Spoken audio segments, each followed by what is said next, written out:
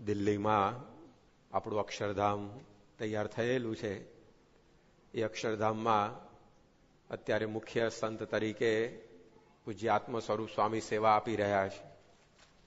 તેઓ જ્યારે મુંબઈમાં આઈઆઈટીમાં અભ્યાસ કરતા હતા એ વખતે એમના પ્રોફેસરે એક વિષયનું પેપર તૈયાર કરેલું, પ્રશ્નપત્ર. લગભગ 40 માર્કનું આ પ્રશ્નપત્ર વિદ્યાર્થીઓએ લખવાનું હતું અને એના માટે અઠવાડિયાનો સમય આપવામાં આવ્યો હતો. વળી પાછું પુસ્તક રિફર કરવાની છૂટ હતી અને કોઈને અરસપરસ ચર્ચા નહીં કરવાની, પણ પુસ્તકમાં જોઈને લખવાની છૂટ અને અઠવાડિયાનો સમયગાળો. આપણને લાગે કે આ પ્રશ્નપત્રમાં 40માંથી 40 બધાના આવ્યા જ હશે, કારણ કે 3 કલાકનું પેપર લખવાનું હોય, 100 માર્કનું હોય તો 3 કલાક આપે છે. આ તો 40 માર્કનું પેપર, અઠવાડિયાનો સમય અને વળી પાછું પુસ્તકમાં જોઈને લખવાનું.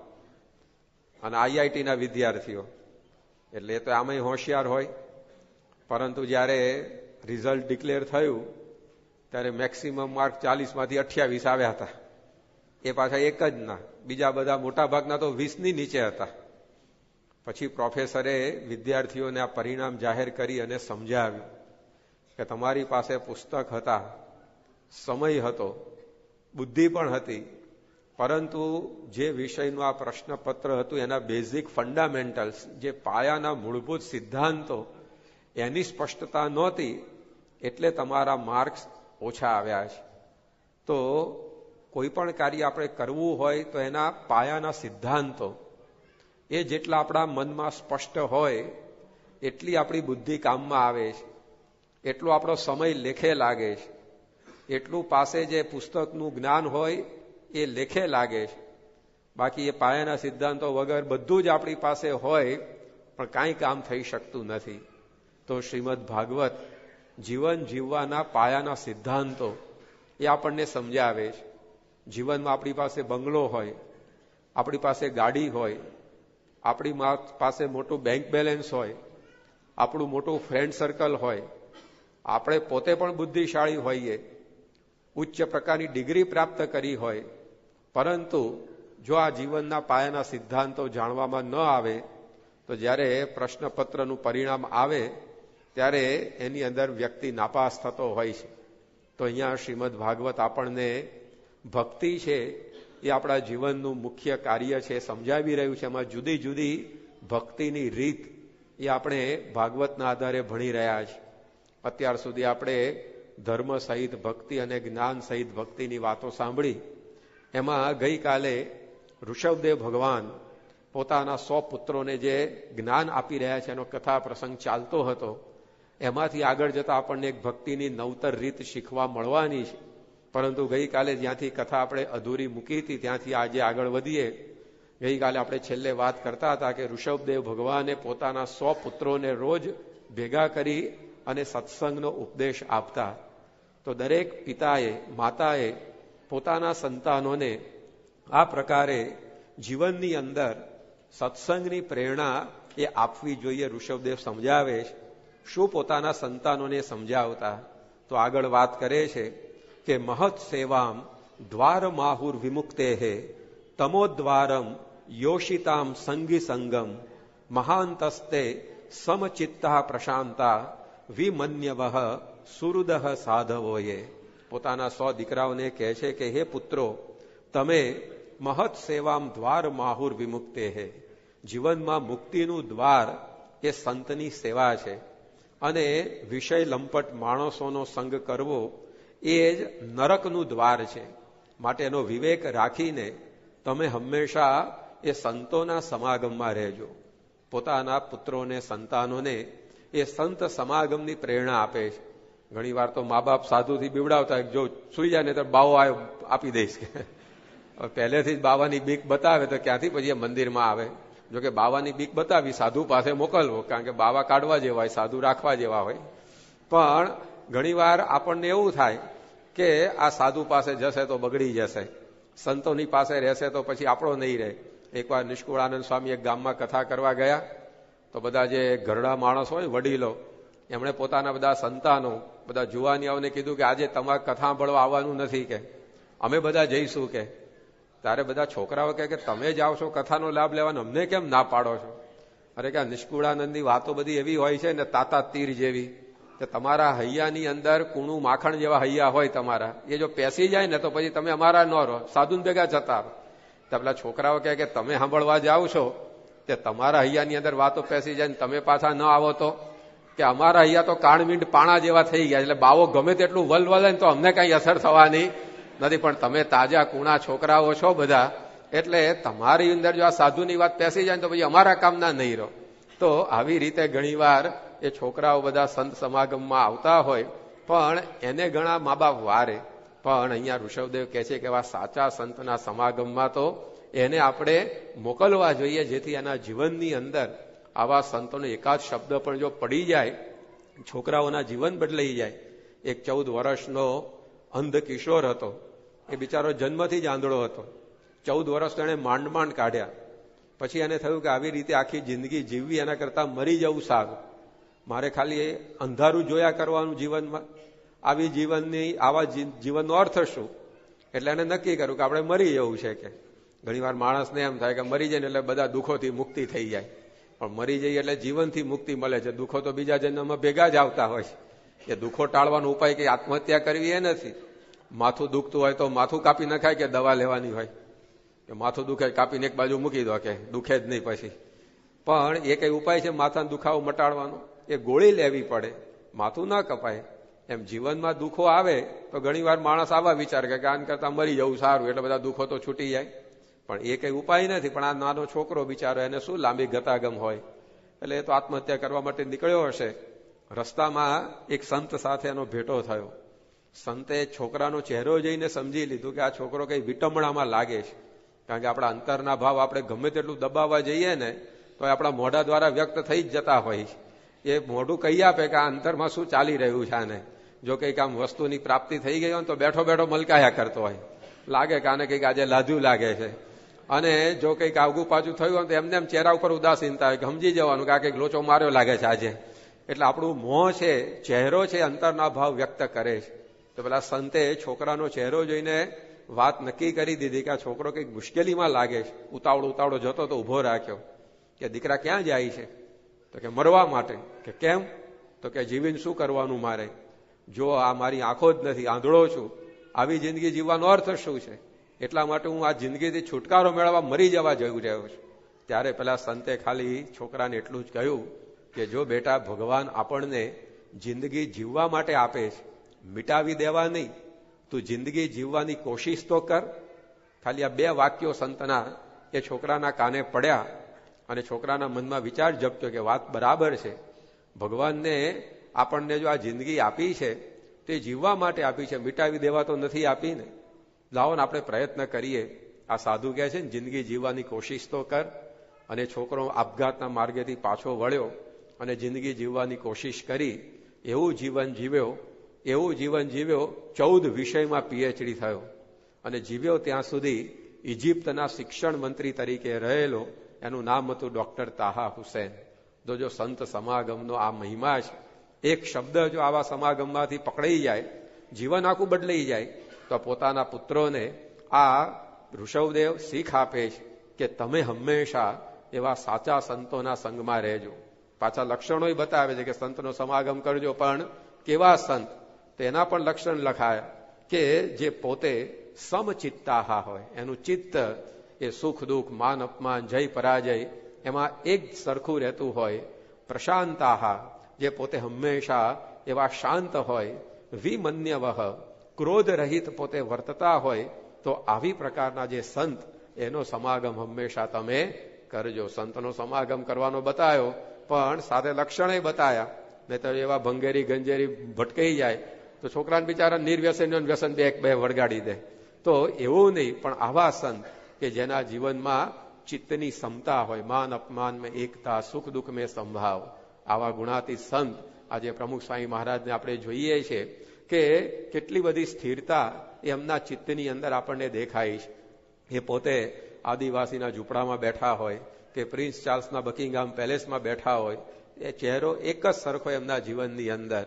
એ ગાડાની અંદર મુસાફરી કરતા હોય કે ચાર્ટર્ડ પ્લેનની અંદર મુસાફરી કરતા હોય, એમના મોં ઉપર એક રેખાનો પણ ફેર દેખાય નહીં. એકવાર રાજકોટમાં સ્વામી બાપા પધરામણી કરવા નીકળ્યા હતા અને તે વખતે એક માલવિયા શેઠ હતા.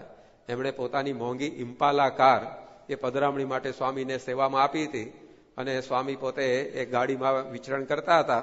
અચાનક ત્યાં ભૂપેન્દ્રસિંહ રોડ ઉપર ગાડીમાં પેટ્રોલ ખૂટી ગયું.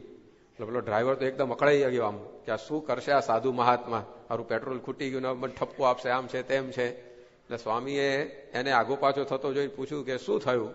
કે સ્વામીજી માફ કરજો પણ ગાડીમાં પેટ્રોલ ખૂટી ગયું, મારે ચેક કરવાનું રહી ગયું ગાડી ચાલુ કરતા કે ભાઈ પૂરતી ટાંકીમાં પેટ્રોલ છે કે નહીં.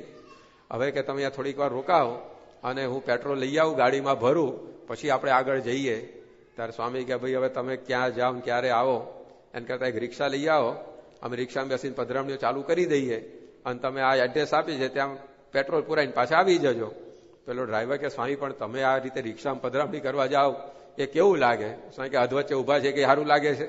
એમ કરતા આપણું પેલું કામ ચાલતું થાય. આપણે તો પધરામણી કરવી છે, રિક્ષામાં જઈએ કે ગાડીમાં જઈએ, શું ફેર પડે, કામ થાય છે ને આપણું. એટલે સ્વામી તો રિક્ષામાં બેસી ગયા અને જ્યાં પધરામણી જવાનું હતું એ તો રાજકોટના બહુ મોટા સદગૃહસ્થ હતા. એમણે પોતાના 50-100 જેટલા સારા સારા મોટા ઉદ્યોગપતિઓને આગેવાનોને બોલાવી રાખેલા કે મારા ઘર પ્રમુખ સ્વામી આવે, તમે બધા આવજો. અને બધા ટાંપીને રાહ જોઈને બેઠા હતા ક્યારે સ્વામી પધારે.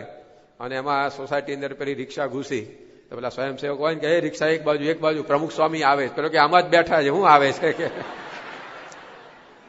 ત્યારે બધાને ખબર પડી પેલા રિક્ષાની અંદર સ્વામી પધરામણી કરવા નીકળ્યા, પણ એમને ઇમ્પાલા કારમાંથી રિક્ષામાં બેસવાનું થાય, મુખાકૃતિમાં લેસ ફેરફાર નહીં. આપણે વગર પ્લાસ્ટિક સર્જરી મોઢું બદલાઈ જાય આખું, આવી પ્રકારની પરિસ્થિતિ આવે તો. પણ જો અસમચિત્તા, કોઈ પ્રકારનો ચિત્તની અંદર એ વિક્ષોભ નહીં. સામે 5 માણસ બેઠા હોય કે લાખો માણસની સભા હોય, એમનો ઉત્સાહ એક જ સરખો એ આપણને દેખાય. વડોદરાની બાજુમાં એક હાલોલ ગામ છે, ત્યાં PM પટેલ કરીને હરિભક્ત રહેતા હતા. એ એક માત્ર હરિભક્ત, પણ એને ઉત્સાહ કે સ્વામી મારા ગામમાં આવે છે ને તો બગીમાં નગરયાત્રા કાઢવી. એટલે 4 ઘોડાને બગી લઈ આવેલા, બધી ધામધૂમ ઘણી તૈયારી કરેલી. સ્વામી બાપા પધાર્યા, બધાને ઘેર ઘેર ફરીને આમંત્રણ આપેલું, પણ કોઈ મારું નગરયાત્રામાં આવ્યું જ નહીં. તો એ પાછળ હરિભક્ત એકલા જ અને આગળ સ્વામી પોતે બગીની અંદર બેઠા હતા અને પેલા ધૂન બોલાવતા જાય. હવે આવી નગરયાત્રામાં ફરવાનો મૂડ આવે, આપણે કહી દઈએ છાનામાના ઘર ભેગા કર, નગરયાત્રા કાઢી છે, ટાઈફો કાઢ્યો છે, શું છે કે. એટલે સ્વામીએ તો પણ આખા ગામની અંદર પેલા હરિભક્ત જ્યાં લઈ ગયા ત્યાં બધે ફર્યા અને શાંતિથી આનો બધો ભાવ પૂરો કર્યો. અને એના એ જ પ્રમુખ સ્વામી મહારાજ 1995માં જયારે લંડનમાં પ્રતિષ્ઠા થઈ ત્યારે લંડનના રાજમાર્ગો ઉપર નગરયાત્રા નીકળી, તેમાં એ જ શાંતિથી બેઠા હતા. કોઈ એની અંદર આમ હરખ નહીં, શોક નહીં. તો આવી પ્રકારના સમચિત્તા એવા સંતનો સમાગમ એ કરવો. વાત કરી આગળ કે એ પોતે વિમન્યવઃ, ક્રોધ રહિત વર્તતા હોય. યોગીજી મહારાજ કહેતા કે અમારી દુકાનમાં ક્રોધ જ નહીં, ઘણા તો ગોડાઉન ભર્યા હોય આખા, પણ સ્વામી કહે કે અમારી દુકાનમાં ક્રોધ મળે નહીં. એકવાર યોગી બાપાની સાથે બધા યુવકો ફરતા હતા, તો સાથે એક પાર્ષદ પણ હતા. હવે બપોરનો ટાઈમ થાય ને ત્યારે મોટે મોટેથી સ્વામીની વાતો ગોખે, એટલે છોકરાઓ બધા સૂતા હોય તે લોકોને ડિસ્ટર્બ થાય. અને યોગી બાપા તો 4 વાગે સવારે ઉઠાડે, રાત્રે 12 વાગ્યા સુધી ઊંઘવા ન દે. એટલે બપોરે જે 1-1.5 કલાક મળે તેમાં છોકરાઓ થોડોક આરામ કરે, પણ પેલા વાતો ગોખવા બેસી જાય એટલે એમને ઊંઘમાં કઈ મજા ના આવે. એટલે છોકરાઓ એ બધા એકવાર ભેગા થઈને યોગી બાપાને કહ્યું કે સ્વામી આ ભગત છે ને અમે સુઈ જઈએ ને ત્યારે બધી વાતો મોટે મોટી બોલે છે, અમને બહુ ડિસ્ટર્બ થાય છે, અમારી ઊંઘ પૂરી થતી નથી, પછી તમારી કથામાં ધ્યાન રહેતું નથી. બાપા કે એવું તમને બધી ખલેલ પહોંચે છે કે હા. સ્વામી કે એમને બોલાવો, આપણે ઠપકો દઈએ કે તમને આવી રીતે હેરાન ન કરે. બધા યુવકો રાજી થઈ ગયા કે આજે સુપ્રીમમાં કેસ ચાલ્યો છે, હવે પાર પડી જશે કે. અને જ્યાં પેલા ભગતને હોંશે હોંશે લઈ આવ્યા તો યોગી બાપા એમને કહેવા ગયા ત્યાં હસી પડ્યા, ગુસ્સો કરતા આવડ્યું નહીં અમને. તો આવી પ્રકારનું એમનું જીવન. આણંદમાં એક હરિભક્તની ખબર કાઢવા યોગી બાપા હોસ્પિટલમાં પધાર્યા હતા, તો ત્યાં આગળ ડોક્ટર કુક કરીને એક બ્રિટિશ ડોક્ટર હતો. એણે યોગીજી મહારાજના દર્શન કર્યા અને હરિભક્તોને બોલાવીને પૂછ્યું કે આ કોણ છે? હરિભક્તોએ કહ્યું કે અમારા ગુરુ છે.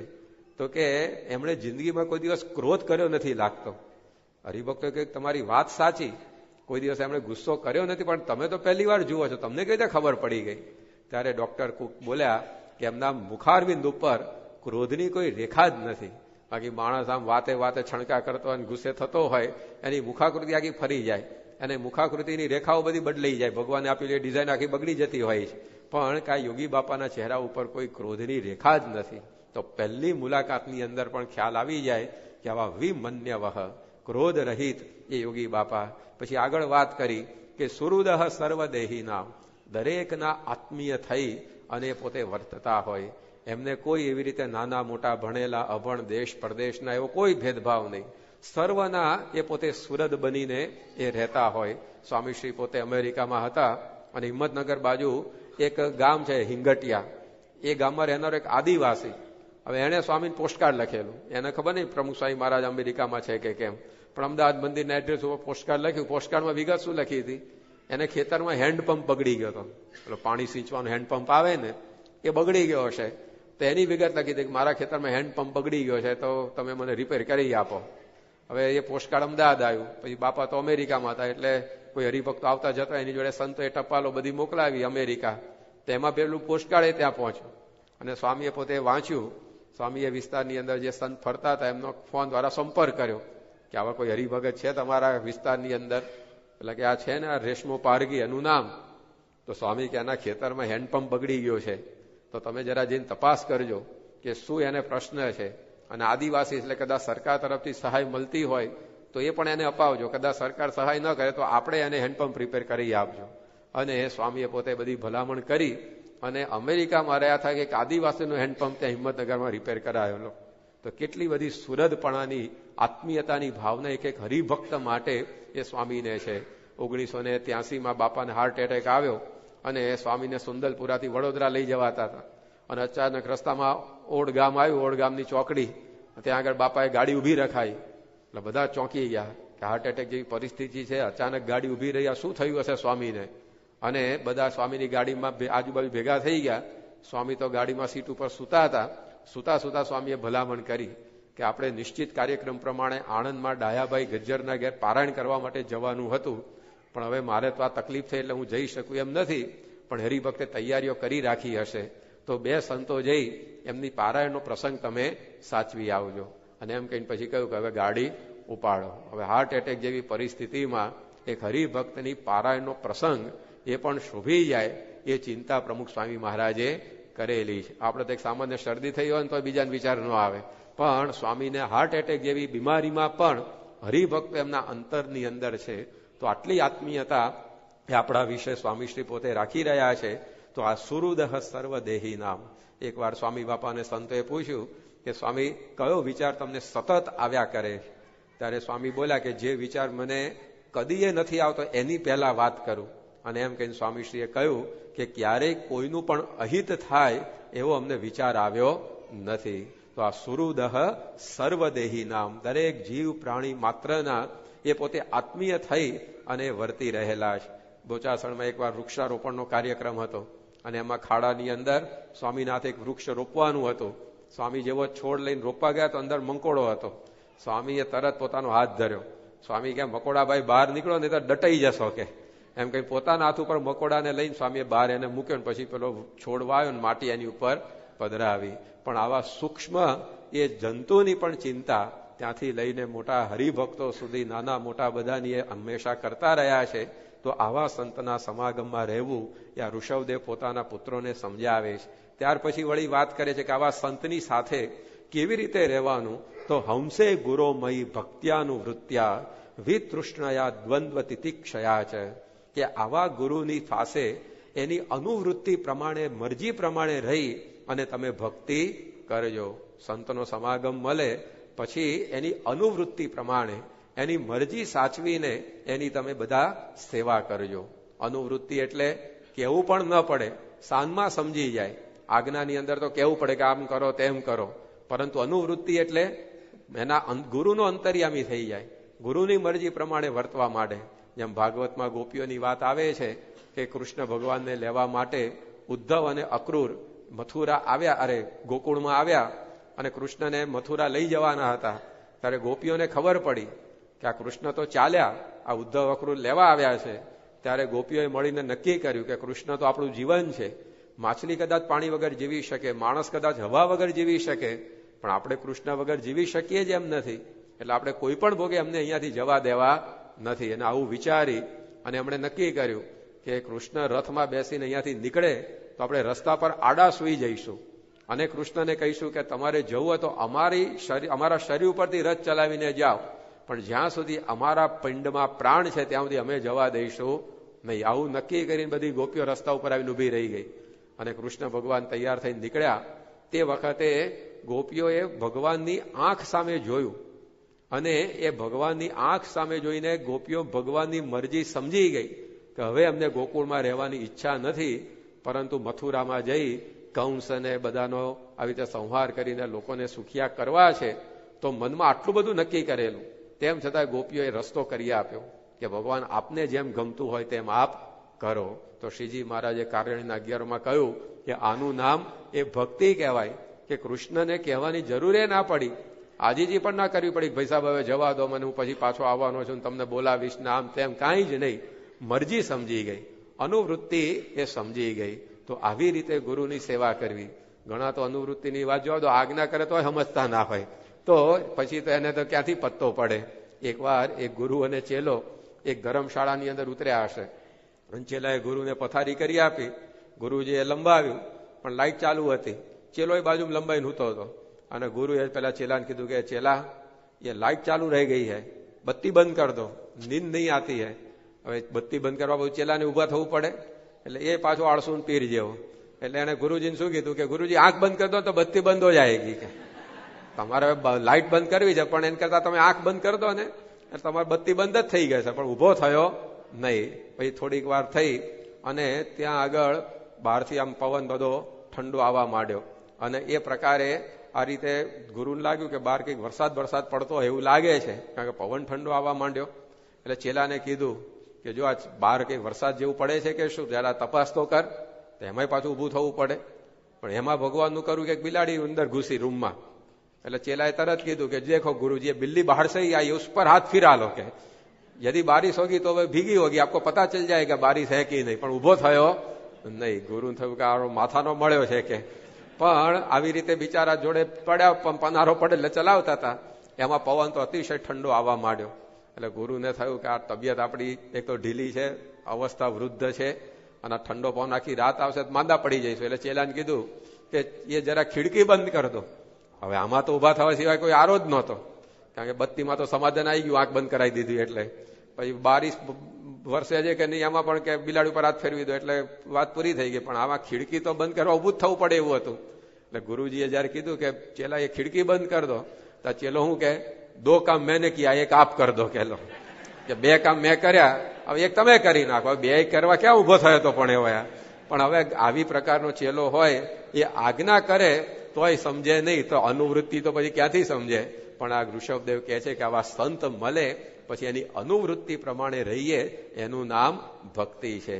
9 પ્રકારની ભક્તિ ભાગવતમાં બતાવી. ભગવાનની કથા સાંભળવી, ભગવાનના કીર્તન ગાવા સાંભળવા, ભગવાનની સેવા કરવી, ભગવાનનું સ્મરણ કરવું. પણ યોગી બાપા કહેતા કે 10મી ભક્તિ એ અનુવૃત્તિ ભક્તિ, કે ગુરુની મરજી પ્રમાણે રહેવાનું. જેમ સારંગપુરમાં જે નદી છે, મંદિર આગળથી પસાર થાય છે, એની ઉપર પુલ બાંધવાનો હતો. તો પ્રમુખ સ્વામી મહારાજ વખતે કોઠારી તરીકે ત્યાં હતા. તો એમણે બધું જોઈ વિચારી નક્કી કર્યું કે ભાઈ અહીંયા માણસોની અવર જવર કેટલી, વાહનોની અવર જવર કેટલી. એટલે એમણે વિચાર્યું કે આપણે 18 ફૂટનો પહોળો પુલ કરીએ, તો એક વાહન આવે ને એક વાહન જાય, અને માણસોને આવવા જવામાં કંઈ પ્રશ્ન ના થાય. એટલે આવું નક્કી કરી પછી શાસ્ત્રી મહારાજને અટલાદરા વાત કરવા ગયા કે આપણે આવી રીતે પુલ કરવાનો વિચાર્યો છે, અને 18 ફૂટ પહોળો પુલ કરીશું.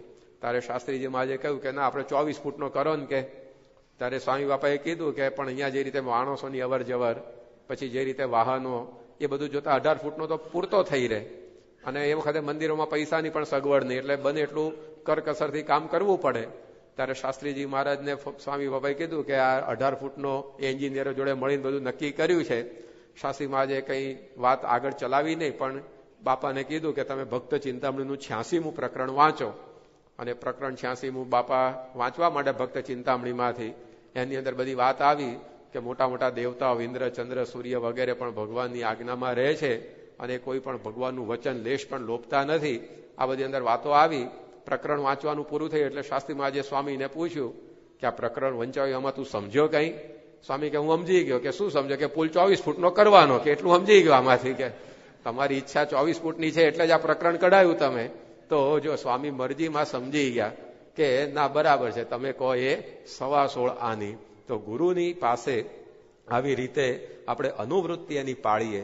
આજે પ્રમુખ સ્વામી મહારાજની અનુવૃત્તિ તો ઠીક, પણ એ તો આપણને જે આજ્ઞાઓ કરતા હોય એમાં પણ ઘણીવાર આપણાથી આળસવશ થઈને, પ્રમાદવશ થઈને, હોતાય ચાલતા થઈને બધું આગુ પાછું થઈ જાય. પણ આપણે ખટકો એવો રાખીએ કે આવા ગુરુની અનુવૃત્તિ મારીને એમને આપણે રાજી કરી લેવા. યોગી બાપા શું લખ્યું કે સંવત 1967માં અમે શાસ્ત્રીજી મહારાજ પાસે આવ્યા. શાસ્ત્રીજી મહારાજ સંવત 2007માં ધામમાં ગયા. ત્યાં સુધી 40 વર્ષ સુધી શાસ્ત્રીજી મહારાજની એક ધારી અનુવૃત્તિ પાળીને અમે એમને રાજી કર્યા છે, પણ અમારા મનનું ધાર્યું કર્યું નથી. તો અત્યારે સ્વામી અતિશય રાજી થયા છે અને દર્શન આપે છે અને સુખ આવે છે. તો જો ગુરુની અનુવૃત્તિ પાળીએ તો અંતરની અંદર સુખ વર્તે, આપણને અંતરમાં શાંતિ રહે. તો આ પણ ઋષભદેવ ભગવાને પોતાના પુત્રોને શીખ આપી. ત્યાર પછી તમારા સાચા સગા સંબંધી કોણ છે એ વાત ઋષભદેવ ભગવાન સમજાવે છે કે હું તમારો પિતા છું, ના રાણી છે તમારી માતા છે, એવું રખે સમજતા. પરંતુ એ ઋષભદેવ કહે છે કે ગુરુર ન સસ્યાત, સ્વજનો ન સસ્યાત, પિતા ન સસ્યાત, જનની ન સાસ્યાત, દૈવમ ન તત્સ્યાત, ન પતિશ્ચ સસ્યાત, ન મોચયેદ્ય સમુપેત મૃત્યુમ. કે એ પિતા નથી કે જે પોતાના સંતાનોને મૃત્યુના મુખમાંથી બહાર ન કાઢી શકે. એ માતા નથી જે પોતાના સંતાનોને જન્મ મૃત્યુથી રહિત ન કરી શકે. એ ગુરુ નથી કે જે પોતાના શિષ્યોને આ પ્રકારે જન્મ મૃત્યુના દુઃખમાંથી મુક્ત ન કરે.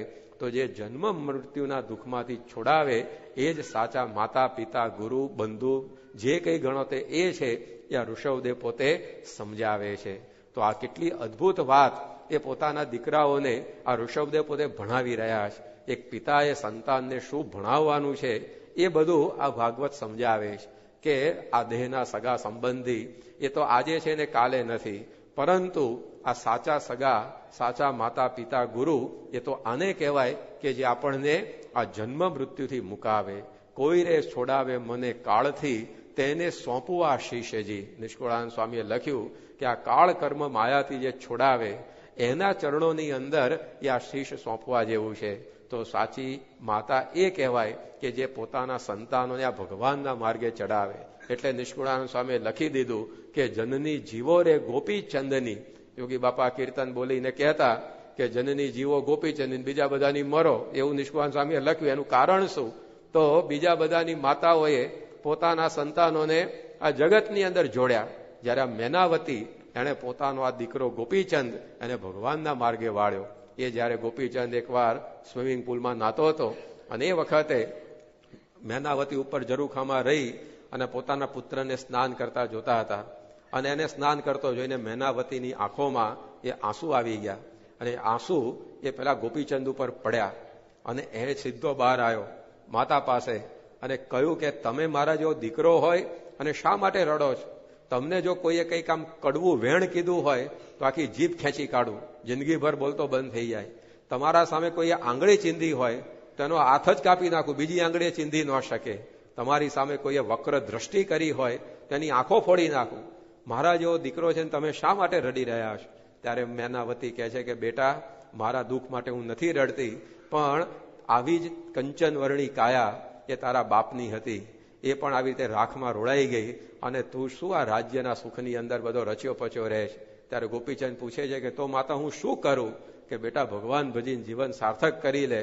આટલું માતાનું વચન સાંભળી ભીના ધોતીએ ગોપીચંદ પોતે રાજપાટ મૂકી અને જંગલમાં ભગવાન ભજવા નીકળી ગયો.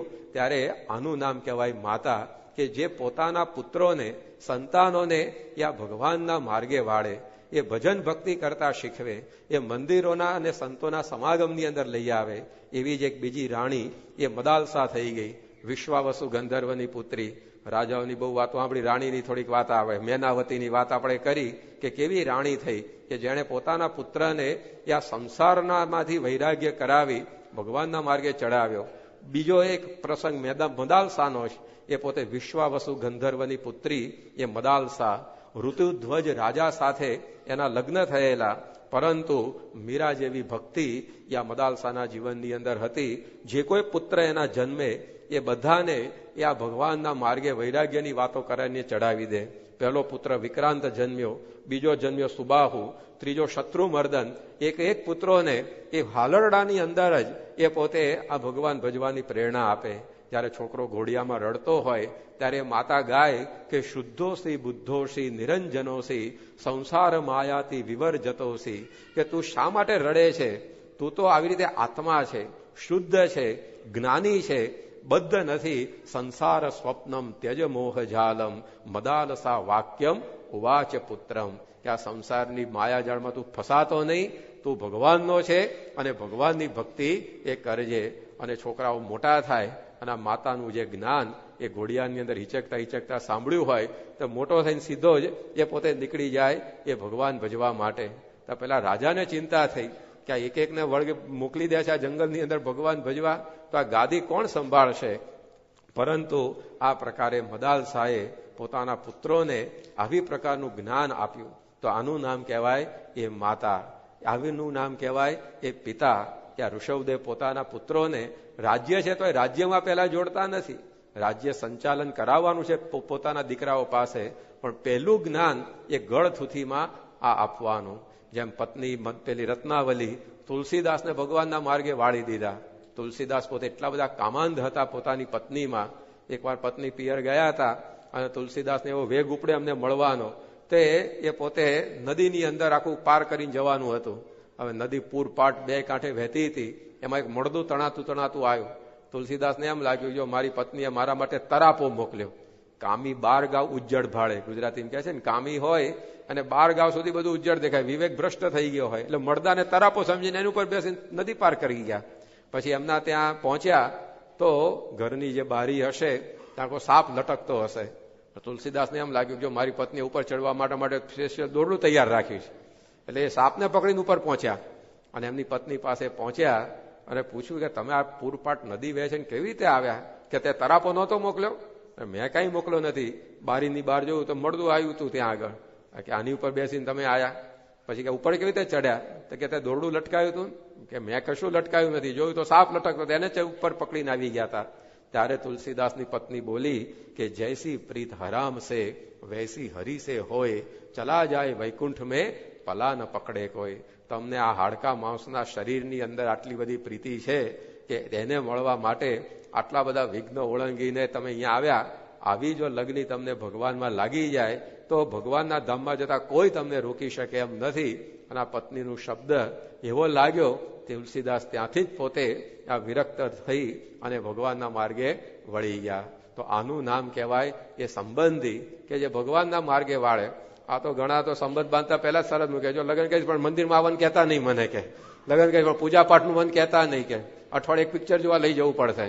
તો એ ક્યાંથી સાચા સંબંધી? જે નરકના ખાડામાં આપણને લઈ જાય તો એ તો દેહનો સંબંધ છે. પણ ખરા માતા પિતા, ખરા ગુરુ એ આને કહેવાય કે જે જન્મ મૃત્યુથી આપણને ઉગારી લે.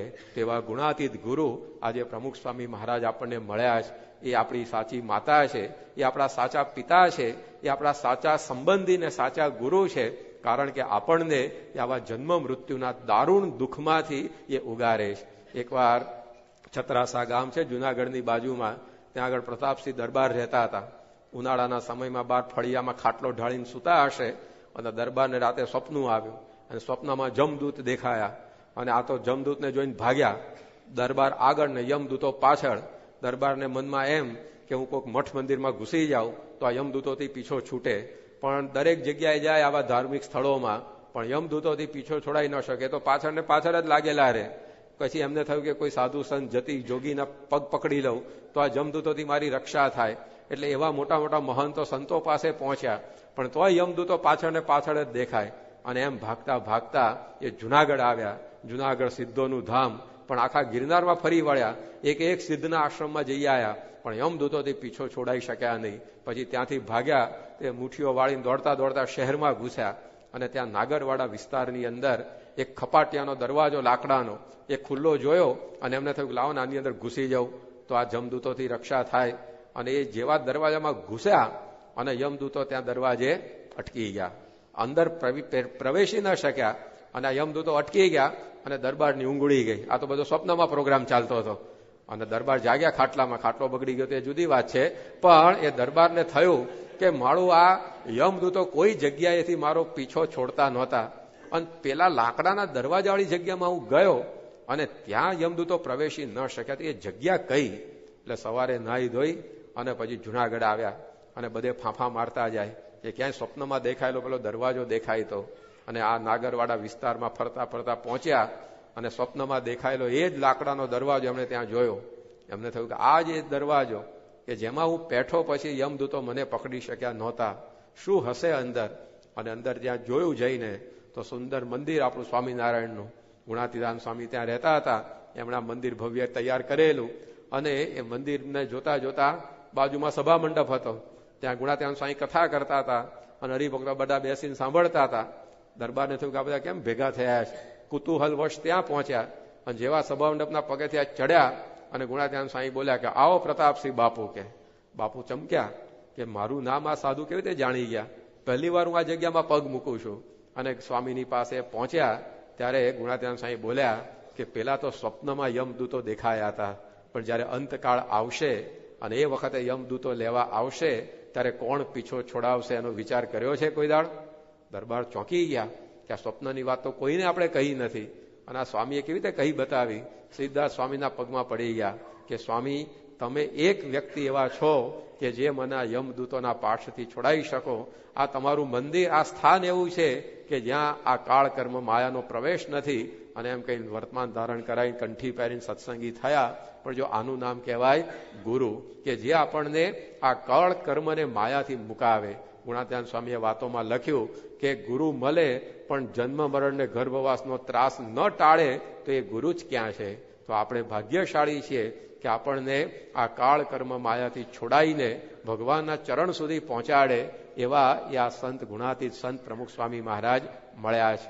વિખ્યાત ભાગવત કથાકાર કૃષ્ણ શંકર શાસ્ત્રીજી પોતે ઘણી વાર કહેતા કે તમને આ દુનિયાની અંદર ધન આપનારા ગુરુઓ ઘણા મળશે, દીકરા આપનારા ગુરુઓ ઘણા મળશે, પરંતુ તમારો હાથ પકડી અને ભગવાન સુધી પહોંચાડનારા તો પ્રમુખ સ્વામી મહારાજ એક જ છે. તો આવા ગુરુ એનો સમાગમ એ આ રીતે કરવો એ આ ઋષભદેવ ભગવાને પોતે પોતાના દીકરાઓને સમજાવ્યું. પોતાના પિતાની આવી શીખ આ છોકરાઓ રોજ સાંભળતા અને એને કારણે એમાંથી નવ યોગેશ્વરો થયા. ભરત પોતે રાજ્યમાં રહ્યા પણ પોતે પણ એવા ગુણિયલ થયા. એની અંદરથી આ પ્રકારના બધા ગુણિયલ પુત્રો એ તૈયાર થયા. તો આ ઋષભદેવની શિક્ષા એ આ ભાગવતની અંદર આવી.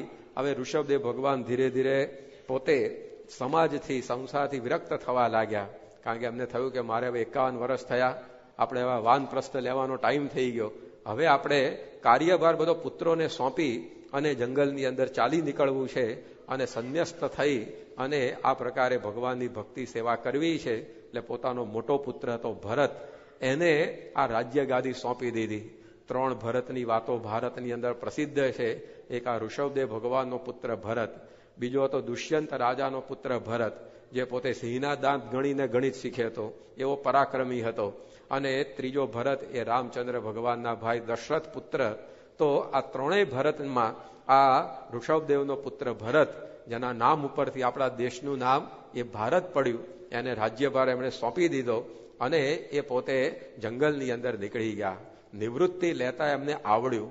ઘણાને તો છોકરાઓ તૈયાર થઈ ગયા હોય તોય બધા વ્યવહારની અંદર એટલા બધા રચ્યા બધા કે છોકરાને ખબર ન પડે ઊંધું મારે એવો છે કે બધા હાચવે એવા છે. ભાઈ સાહેબ તમે હોપો તો ખરા, પણ પહેલા પણ માણસને વ્યવહાર એટલો બધો હોય છે કે એ પોતે ગમે તેટલી ઉંમર થાય તો એમાંથી છુટકારો મેળવી શકતો નથી. એકવાર દશરથ રાજા અરીસાની અંદર જોઈ પોતાના વાળ ઓળવા ગયા અને વાળની અંદર માથામાં એક વાળ ધોળો જોયો અને દશરથ રાજાએ નક્કી કરી દીધું કે રાય સુભાય મુકુર કર લીનહા બદન બિલોકી મુકુટ સમકિનહા સવન સમીપ ભયેસિત કેસા મનહુ જરઠપન અસ ઉપદેશા. કે આ મારે એક વાળ ધોળો થયો, હવે મારે આ રાજ્ય કારભાર ચલાવવાનો અધિકાર રહ્યો નહીં, હવે દીકરાઓને આ રાજ્ય ગાદી સોંપી. ઘણા તો આખા ધોળા થઈ ગયા માથાના તો કાળા કરાઈને મંડી પડતા હોય છે કે હજી આપણે કંઈક આમ જુવાન છે. લ્યો 60, 70, 80 વર્ષે પણ એને એટલો બધો વ્યવહારનો ઈશક હોય કે એ પોતે એ બીજાને સોંપવા તૈયાર થાય નહીં, કે ના હું જ વ્યવહાર બધો કરું, પોતાના જ હાથની અંદર બધું રાખી પડે અને ભગવાન ભજવાનું કામ બધું રહી જાય. પણ ઋષભદેવ ભગવાન એમણે પોતે વાનપ્રસ્થ સ્વીકારી લીધો. ગુણાતીતાનંદ સ્વામીના શ્રીજી મહારાજના સમયની અંદર આપણા સંપ્રદાયમાં જમો ખત્રી થઈ ગયા. એકવાર એ જમો ખત્રી પરણવા નીકળ્યા હતા અને રસ્તાની અંદર મહારાજ જ્યાં બિરાજતા હતા એ ગામ આવ્યું અને એમને થયું કે આ તો સોનામાં સુગંધ, હું પરણવા જઉં છું અને મહારાજ અહીંયા રસ્તાની અંદર જ છે, ચાલો આશીર્વાદ લઈ આવું. અને એ પોતે આશીર્વાદ લેવા માટે ગયા.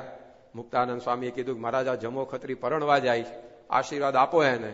મહારાજ શું બોલ્યા કે જાઓ ભાઈ જાઓ, પરણેતર કેડે પડ્યું, ભગવાન ભજી રહ્યા. કે હવે આવા આશીર્વાદ અપાય, ધન્ય ગૃહસ્થાશ્રમ કહેવાનું હોય, પરણવા બિચારો જતો હોય ત્યારે. પણ મહારાજે આવી વાત કરી કે હવે પરણેતર કેડે પડ્યું, ભગવાન ભજી રહ્યા. કે જમા ખત્રી પોતે આ શબ્દો ધારી લીધા.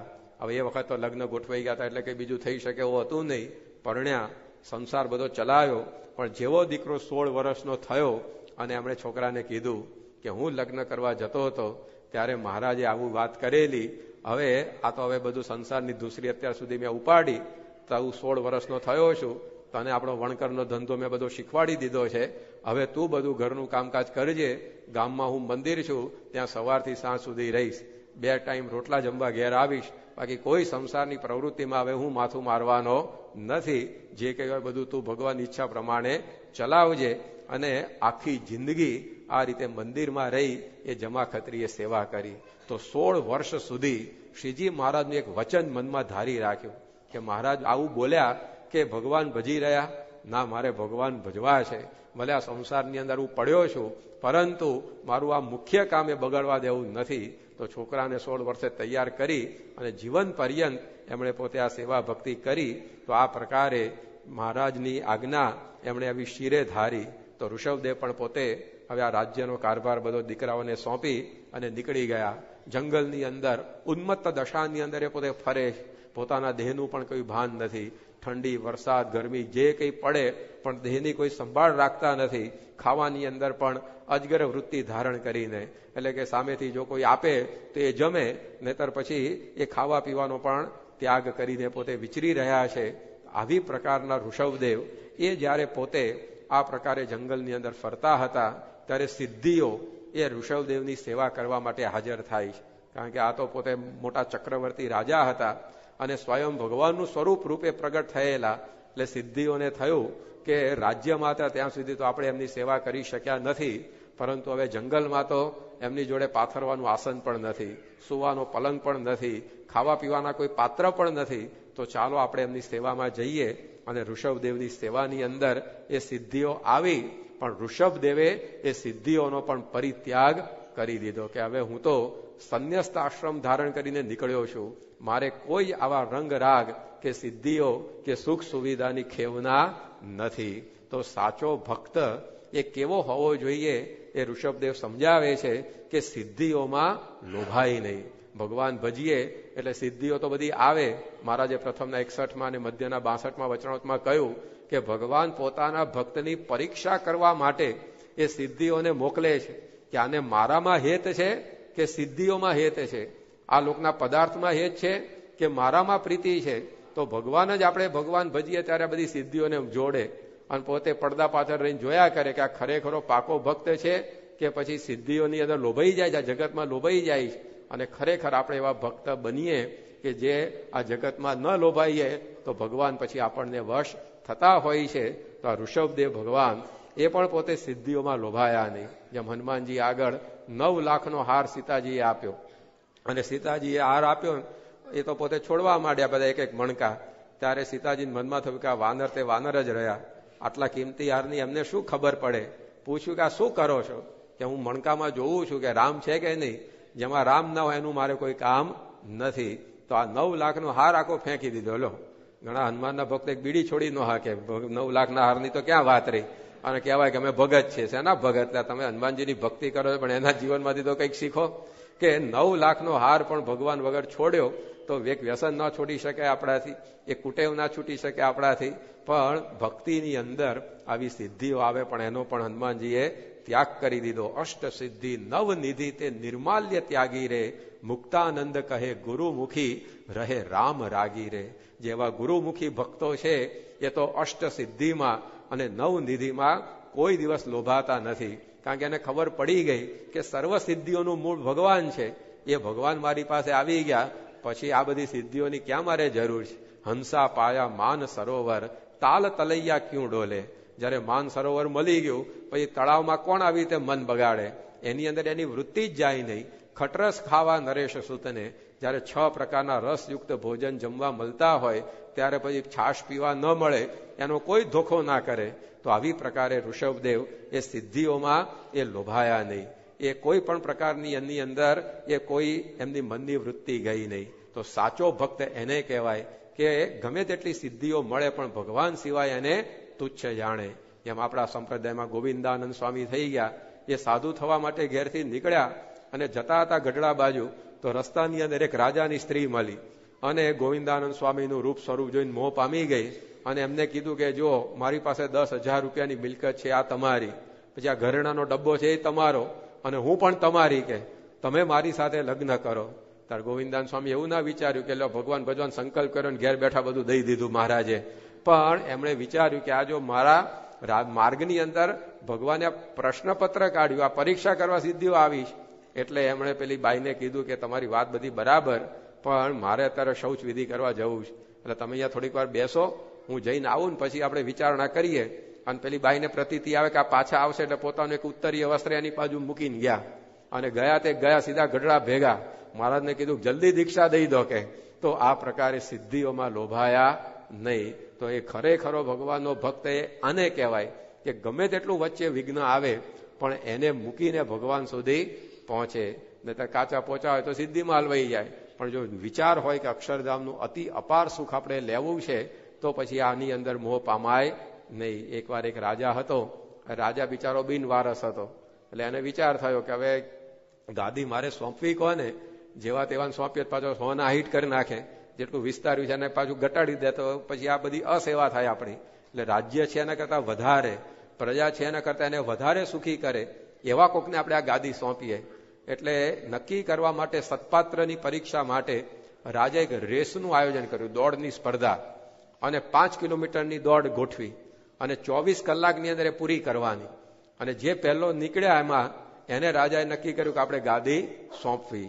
આવો ઢંઢેરો પીટાવવામાં આવ્યો એટલે આખું ગામ તૈયાર થઈ ગયું આ રેસની અંદર જોડાવા, કારણ કે 24 કલાકનો સમય હતો અને 5 જ કિલોમીટરની દોડ હતી.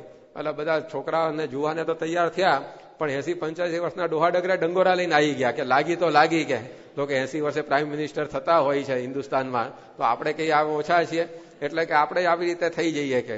એટલે બધા આવીને ગોઠવાઈ ગયા.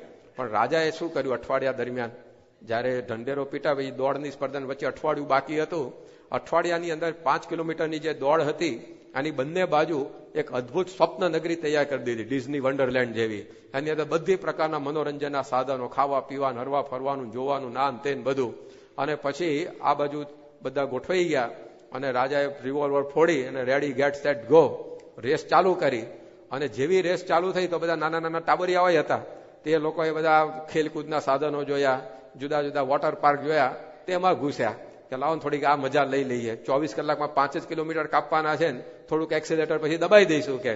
અને એમ કરીને એમાં ઘૂસ્યા. જોવાની આવે બધા થિયેટર, આ તેન બધું, સાયબર કાફે ને બધું જોયું, ડિસ્કો પાર્લર, કે લાવો જરા થોડુંક આનો ટેસ્ટ લઈ આવીએ. પછી તો આપણે 24 કલાકમાં 5 કિલોમીટર કાપવાના છે ને, થોડુંક એક્સિલેટર દબાઈને પહોંચી જઈશું કે. એટલે એ બધા થિયેટરોમાં પિક્ચરો જોવાની અંદર ઘૂસી ગયા. જે ઘરડેરા હતા એ બધા હોટલોમાં ઘૂસ્યા કે લાવો થોડાક ભજીયાનો સ્વાદ લઈ લઈએ. કારણ કે માણસની ઉંમર વધે ને એમ બધી ઇન્દ્રિયો શિથિલ થાય, આંખે દેખાતું ઓછું થાય, કાને સંભળવાનું ઓછું થઈ જાય, પગ બધા આગા પાછા થાય. પણ કોણ જાણે લૂલી છે ને જીભ છે એ જુવાન જ થતી જાય. જેમ જેમ ઉંમર વધે ને એમ 5 લલ્લા વધે, લાળ વધે, લવરી વધે, લીટ વધે, આ લૂલી વધે, લાકડી વધે. આ 5 લલ્લા ઘરડપણમાં આવી જતા હોય છે. તો એમાં આ બધો સ્વાદ એ આવી જાય. જો આમ દાંત બાદ બધા પડી ગયા તો ઘરમાં ફરમાઈ છોડતા પોસું કરજો કે. તારે ક્યાં ચાવવાનું છે, સીધું ગળા હેઠે જ ઉતારવાનું હોય છે ને, પણ તોય ફરમાઈ ચાલ્યા કરે. રાત્રે 2 વાગે છોકરાના દૂધ પી જાય ફ્રીજ ખોલીને. તો આવું પણ બધું બનતું હોય છે. એટલે ઘડપણની અંદર આ સ્વાદ વૃત્તિ બહુ પ્રબળ થાય. એટલે એ બધા જે વડીલો હતા ને એ બધા હોટલોમાં ખાવા પીવામાં ઘૂસી ગયા. આ બાજુ પેલો રાજા હતો, હાથમાં હાર લઈને ઉભો હતો કે જે પહેલો રેસ પૂરી કરીને આવે એને હાર પહેરાઈને રાજગાદી ઉપર બેસાડ દઉં. પણ રાજાના હાથમાં હાર હતો ને એમને એમ સુકાઈ ગયો, કરમાઈ ગયો. પણ હરામ બરાબર એક ત્યાં જો કોઈ પહોંચ્યો હોય તો. ત્યારે આ પ્રકારની દશા દેજો, સિદ્ધિઓની અંદર લોભાઈ ગયા અને રાજ્યનું સુખ જતું રહ્યું. મૂર્ખાઓએ વિચાર કર્યો હોત કે એકવાર ત્યાં પહોંચી જાઓ, પછી આ ડિઝની વન્ડરલેન્ડ મારું જ છે ને, પણ એ વિચાર આવ્યો નહીં અને આવી રીતે બધું અંદર એ તંત્ર બગડી ગયું. એમ આપણે પણ શ્રીજી મહારાજ અક્ષરધામના દરવાજે હાર લઈને ઉભા છે કે આ સિડનીના મહામુક્તો બધા અહીંયા આવે ભક્તિ કરીને, એટલે મારે પહેરાઈને બધાની બેહાડ દેવા જ અક્ષરધામની અંદર.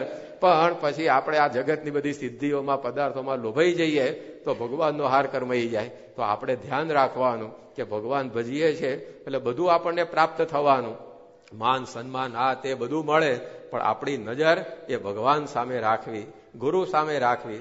આજે પ્રમુખ સ્વામી મહારાજ આખા વિશ્વની અંદર વિચરણ કરે છે, પણ કોઈ જગ્યાએ લોભાયા, કેટલી બધી જગ્યાએ ઢગલા બંધ પદાર્થોનો યોગ એમને થાય છે, પણ ભગવાન સિવાય એમની વૃત્તિ એ ક્યાંય જતી નથી.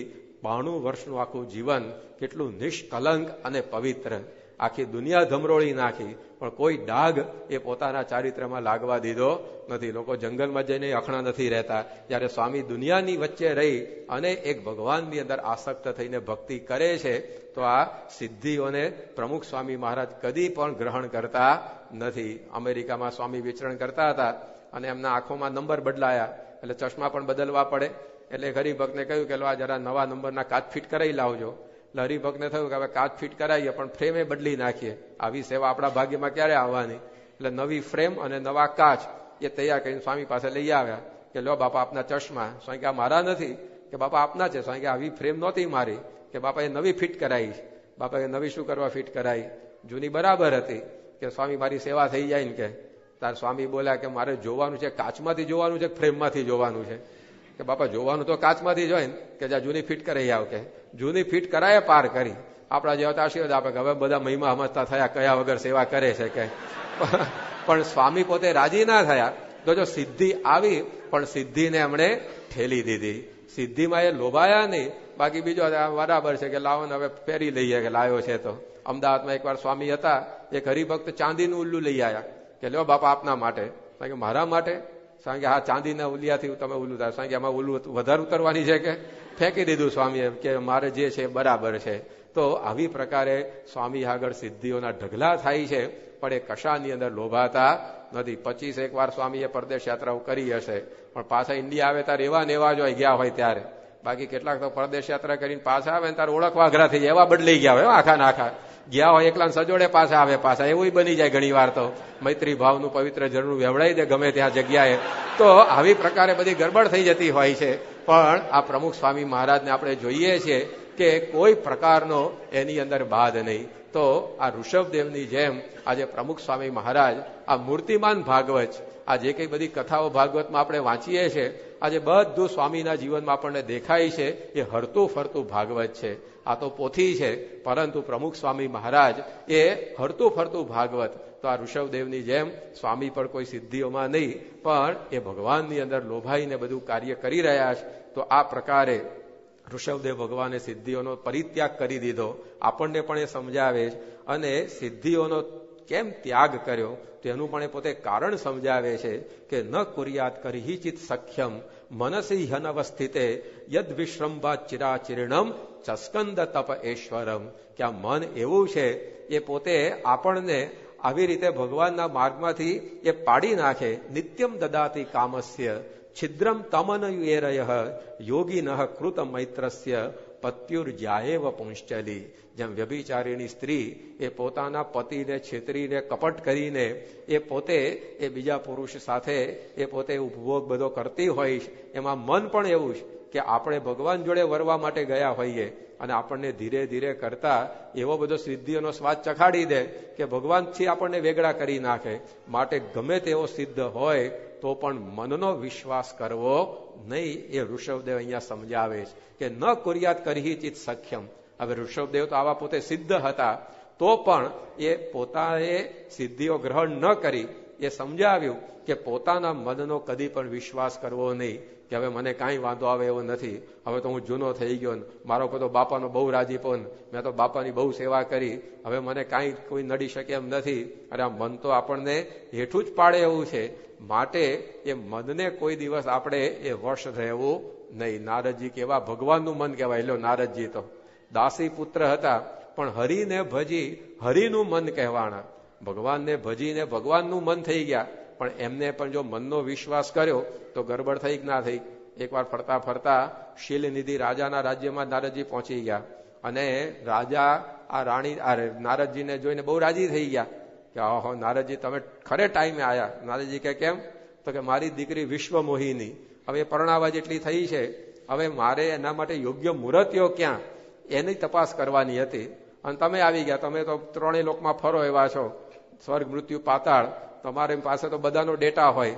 તો હવે મારી દીકરી માટે યોગ્ય મુહૂર્તિઓ કોણ એ તમે મને શોધી આપો. નારદજી કે લાવો આપણે હાથ જોઈને તરત કહી દઈએ કોણ યોગ્ય મુહૂર્તિઓ છે. હવે એ વખતે એમણે પેલી વિશ્વમોહિનીનો હાથ પોતાના હાથમાં લીધો અને નારદજીને લેધર કરંટ લાગ્યો. પેલો એકદમ પ્લગમાં આંગળી નાખો ને કરંટ લાગે ને તમને.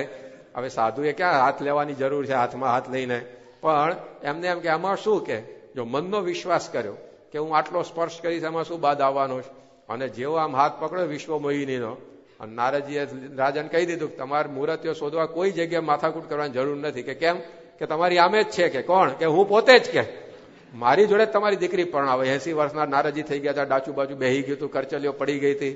રાજાને થયું કે 20 વર્ષની મારી કોડીલી કન્યાના 80 વર્ષના ઘરડા જોડે પરણાવવાની.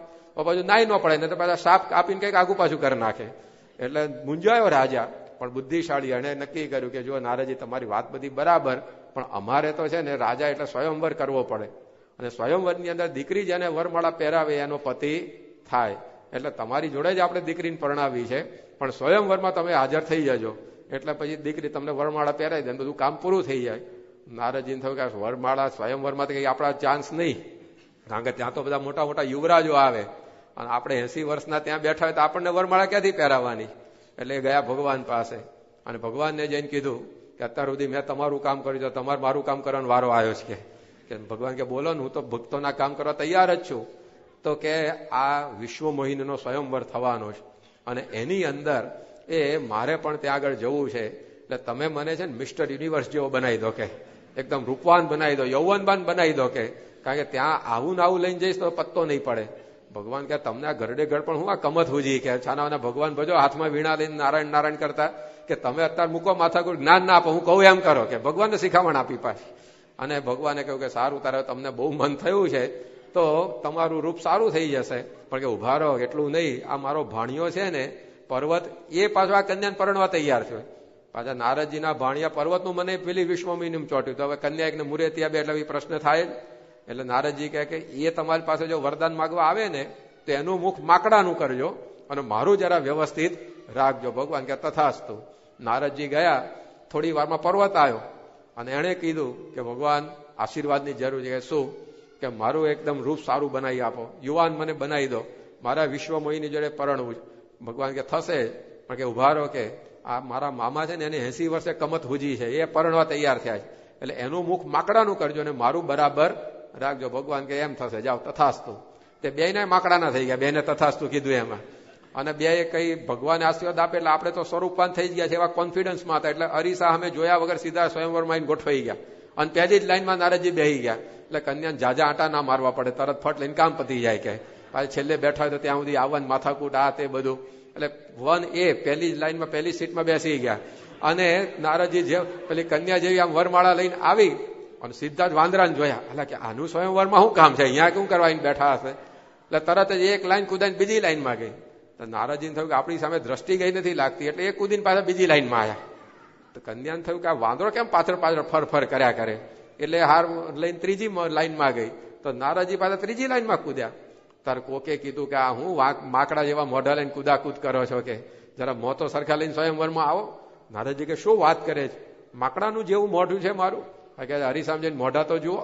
અને જ્યાં બે જણે મોઢા જોયા તો માકડાના થઈ ગયા હતા. જે ગુસ્સો ચડ્યો નારદજીને, ભગવાનને શાપ આપ્યો કે મને તમે આ વિશ્વમોહિનીનો વિયોગ કરાયો, જાઓ તમને પણ રામાવતારની અંદર તમારી પત્નીનો 14 વર્ષ વિયોગ થશે. ભગવાન કે હું ભલે છૂટો રહીશ પણ તને તો આ ખાડામાં પડવા જ નથી દેવો. કે એમ કહીને આ રીતે કામ પાર પાડ્યું. પણ જો આ ભગવાનનું મન, પણ મનનો વિશ્વાસ કર્યો, આ દશા આવી. એટલે શ્રીજી મહારાજે પણ લોયાના 14મા વચનામૃતમાં આ શ્લોકનો ઉલ્લેખ કરીને કીધું કે આપણે પણ આપણા મનનો કદી વિશ્વાસ કરવો નહીં કે બસ મને તો કંઈ વાંધો આવે એવો નથી. ભગવાનની આજ્ઞાની અંદર જ આપણે રહેવું, સ્વામી બાપાની આજ્ઞામાં રહીએ એટલું જ આ મન ઠેકાણે રે, બાકી હવે મને કઈ વાંધો આવવાનો નથી એમ કરીને ગમે તેમ કરીએ તો પછી મન તો આપણને એ નરકના ખાડામાં જ પાડે એવું છે. તો આ ઋષભદેવે પોતે આ શિક્ષા આપણને આપી અને આ રીતે ઋષભદેવ ભગવાને પોતાનો દેહ એ પછી ત્યાં જંગલની અંદર એ દાવાનળ લાગ્યો. એ દાવાનળ લાગ્યો તેમ છતાં પણ એ ઋષભદેવ પોતે ભાગ્યા નહીં અને દાવાનળની અંદર જ એ પોતાનો દેહ પણ એમણે બાળી દીધો. આ પ્રકારે એમણે એ પોતાનું જીવન એ વિતાવ્યું. એ ઋષભદેવ ભગવાનનો પુત્ર એ ભરત હવે એ પોતે રાજ્ય ગાદી સંભાળીને રાજ્ય બધું કરી રહ્યો છે અને એમણે પણ પોતે ખૂબ સુંદર રીતે પિતાનું રાજ્ય વધાર્યું. પરંતુ એ પોતાના પિતાની જે બાળપણમાં વાતો સાંભળેલી કે આ મનુષ્ય દેહ ભગવાન ભજવા માટે મળ્યો છે, એનાથી આપણે ભગવાનનું સુખ મેળવવાનું જ, એ શબ્દો એના અંતરની અંદર ઉતરી ગયા હતા. એટલે એની પણ જ્યારે 50 વર્ષની ઉંમર પૂરી થઈ, એણે પણ પોતાનું રાજ્ય એ પોતાના પુત્રને સોંપી દીધું અને એ પણ જંગલની અંદર ભગવાન ભજવા માટે નીકળી પડ્યો. અને ત્યાં આગળ પુલ્હાશ્રમ, જે નેપાળની અંદર આ સ્થાન આવેલું છે, ત્યાં આગળ ગંડકી નદી એ ચક્રાકારે વહે છે. એ પુલ્હાશ્રમની અંદર ભરતજી પોતે તપ કરવા માટે પહોંચી ગયા. પર્ણકુટીમાં એ પોતે રહે છે, ફળ ફૂલ ખાઈને પોતાનું જીવન નિર્વાહ કરે છે.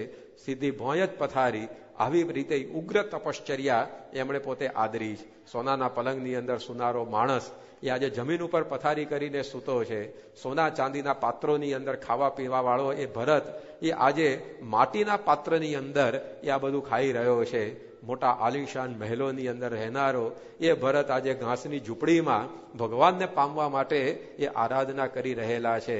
જેના સેવકની અંદર હજારો માણસો સેવામાં તત્પર રહેતા, આજે કોઈનો પણ સંગાથ લીધા વગર એકાકી થઈ અને ભરતજી પોતે તપશ્ચર્યા કરી રહ્યા છે.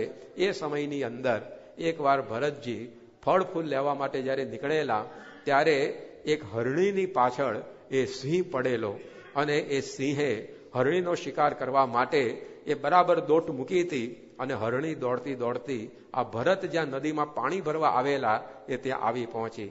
અને એ વખતે પેલી હરણી એ મૂંઝાઈ, આગળ નદી, પાછળ સિંહ, કઈ બાજુ જવું? પરંતુ સેકન્ડની અંદર વિચાર કરી અને હરણીએ નક્કી કર્યું કે પાછળ તો મોત નિશ્ચિત છે, સિંહ ફાડી જ ખાશે, પણ આ નદી કૂદી અને હું સામે કિનારે પહોંચી જાઉં તો કદાચ મારો જીવ બચી જાય એમ વિચારી હરણીએ જ્યાં છલાંગ મારી, ત્યારે હરણી પોતે સગર્ભા હતી અને એના ઉદરમાં રહેલું બચ્ચું એ આ છલાંગ મારી એમાં સ્રવી ગયું અને નદીના પટની અંદર પડ્યું. હરણી સામે પહોંચી પણ ત્યાં જ પટકાઈને મૃત્યુ પામી. આ દ્રશ્ય પેલા ભરતે જોયું અને એને થયું કે આ હરણી તો મૃત્યુ પામી, હવે આ મૃગનું બચ્ચું એ નદીની અંદર તણાઈ રહ્યું છે, એનું કોણ? અને દયાવશ થઈ ભરતજીએ મૃગલાના બચ્ચાને નદીમાંથી બહાર કાઢ્યું, એને સ્વસ્થ કર્યું, સ્વચ્છ કર્યું અને પોતાની પર્ણકુટીમાં લઈ ગયા. ધીમે ધીમે એ મૃગલાનું બચ્ચું મોટું થવા લાગ્યું.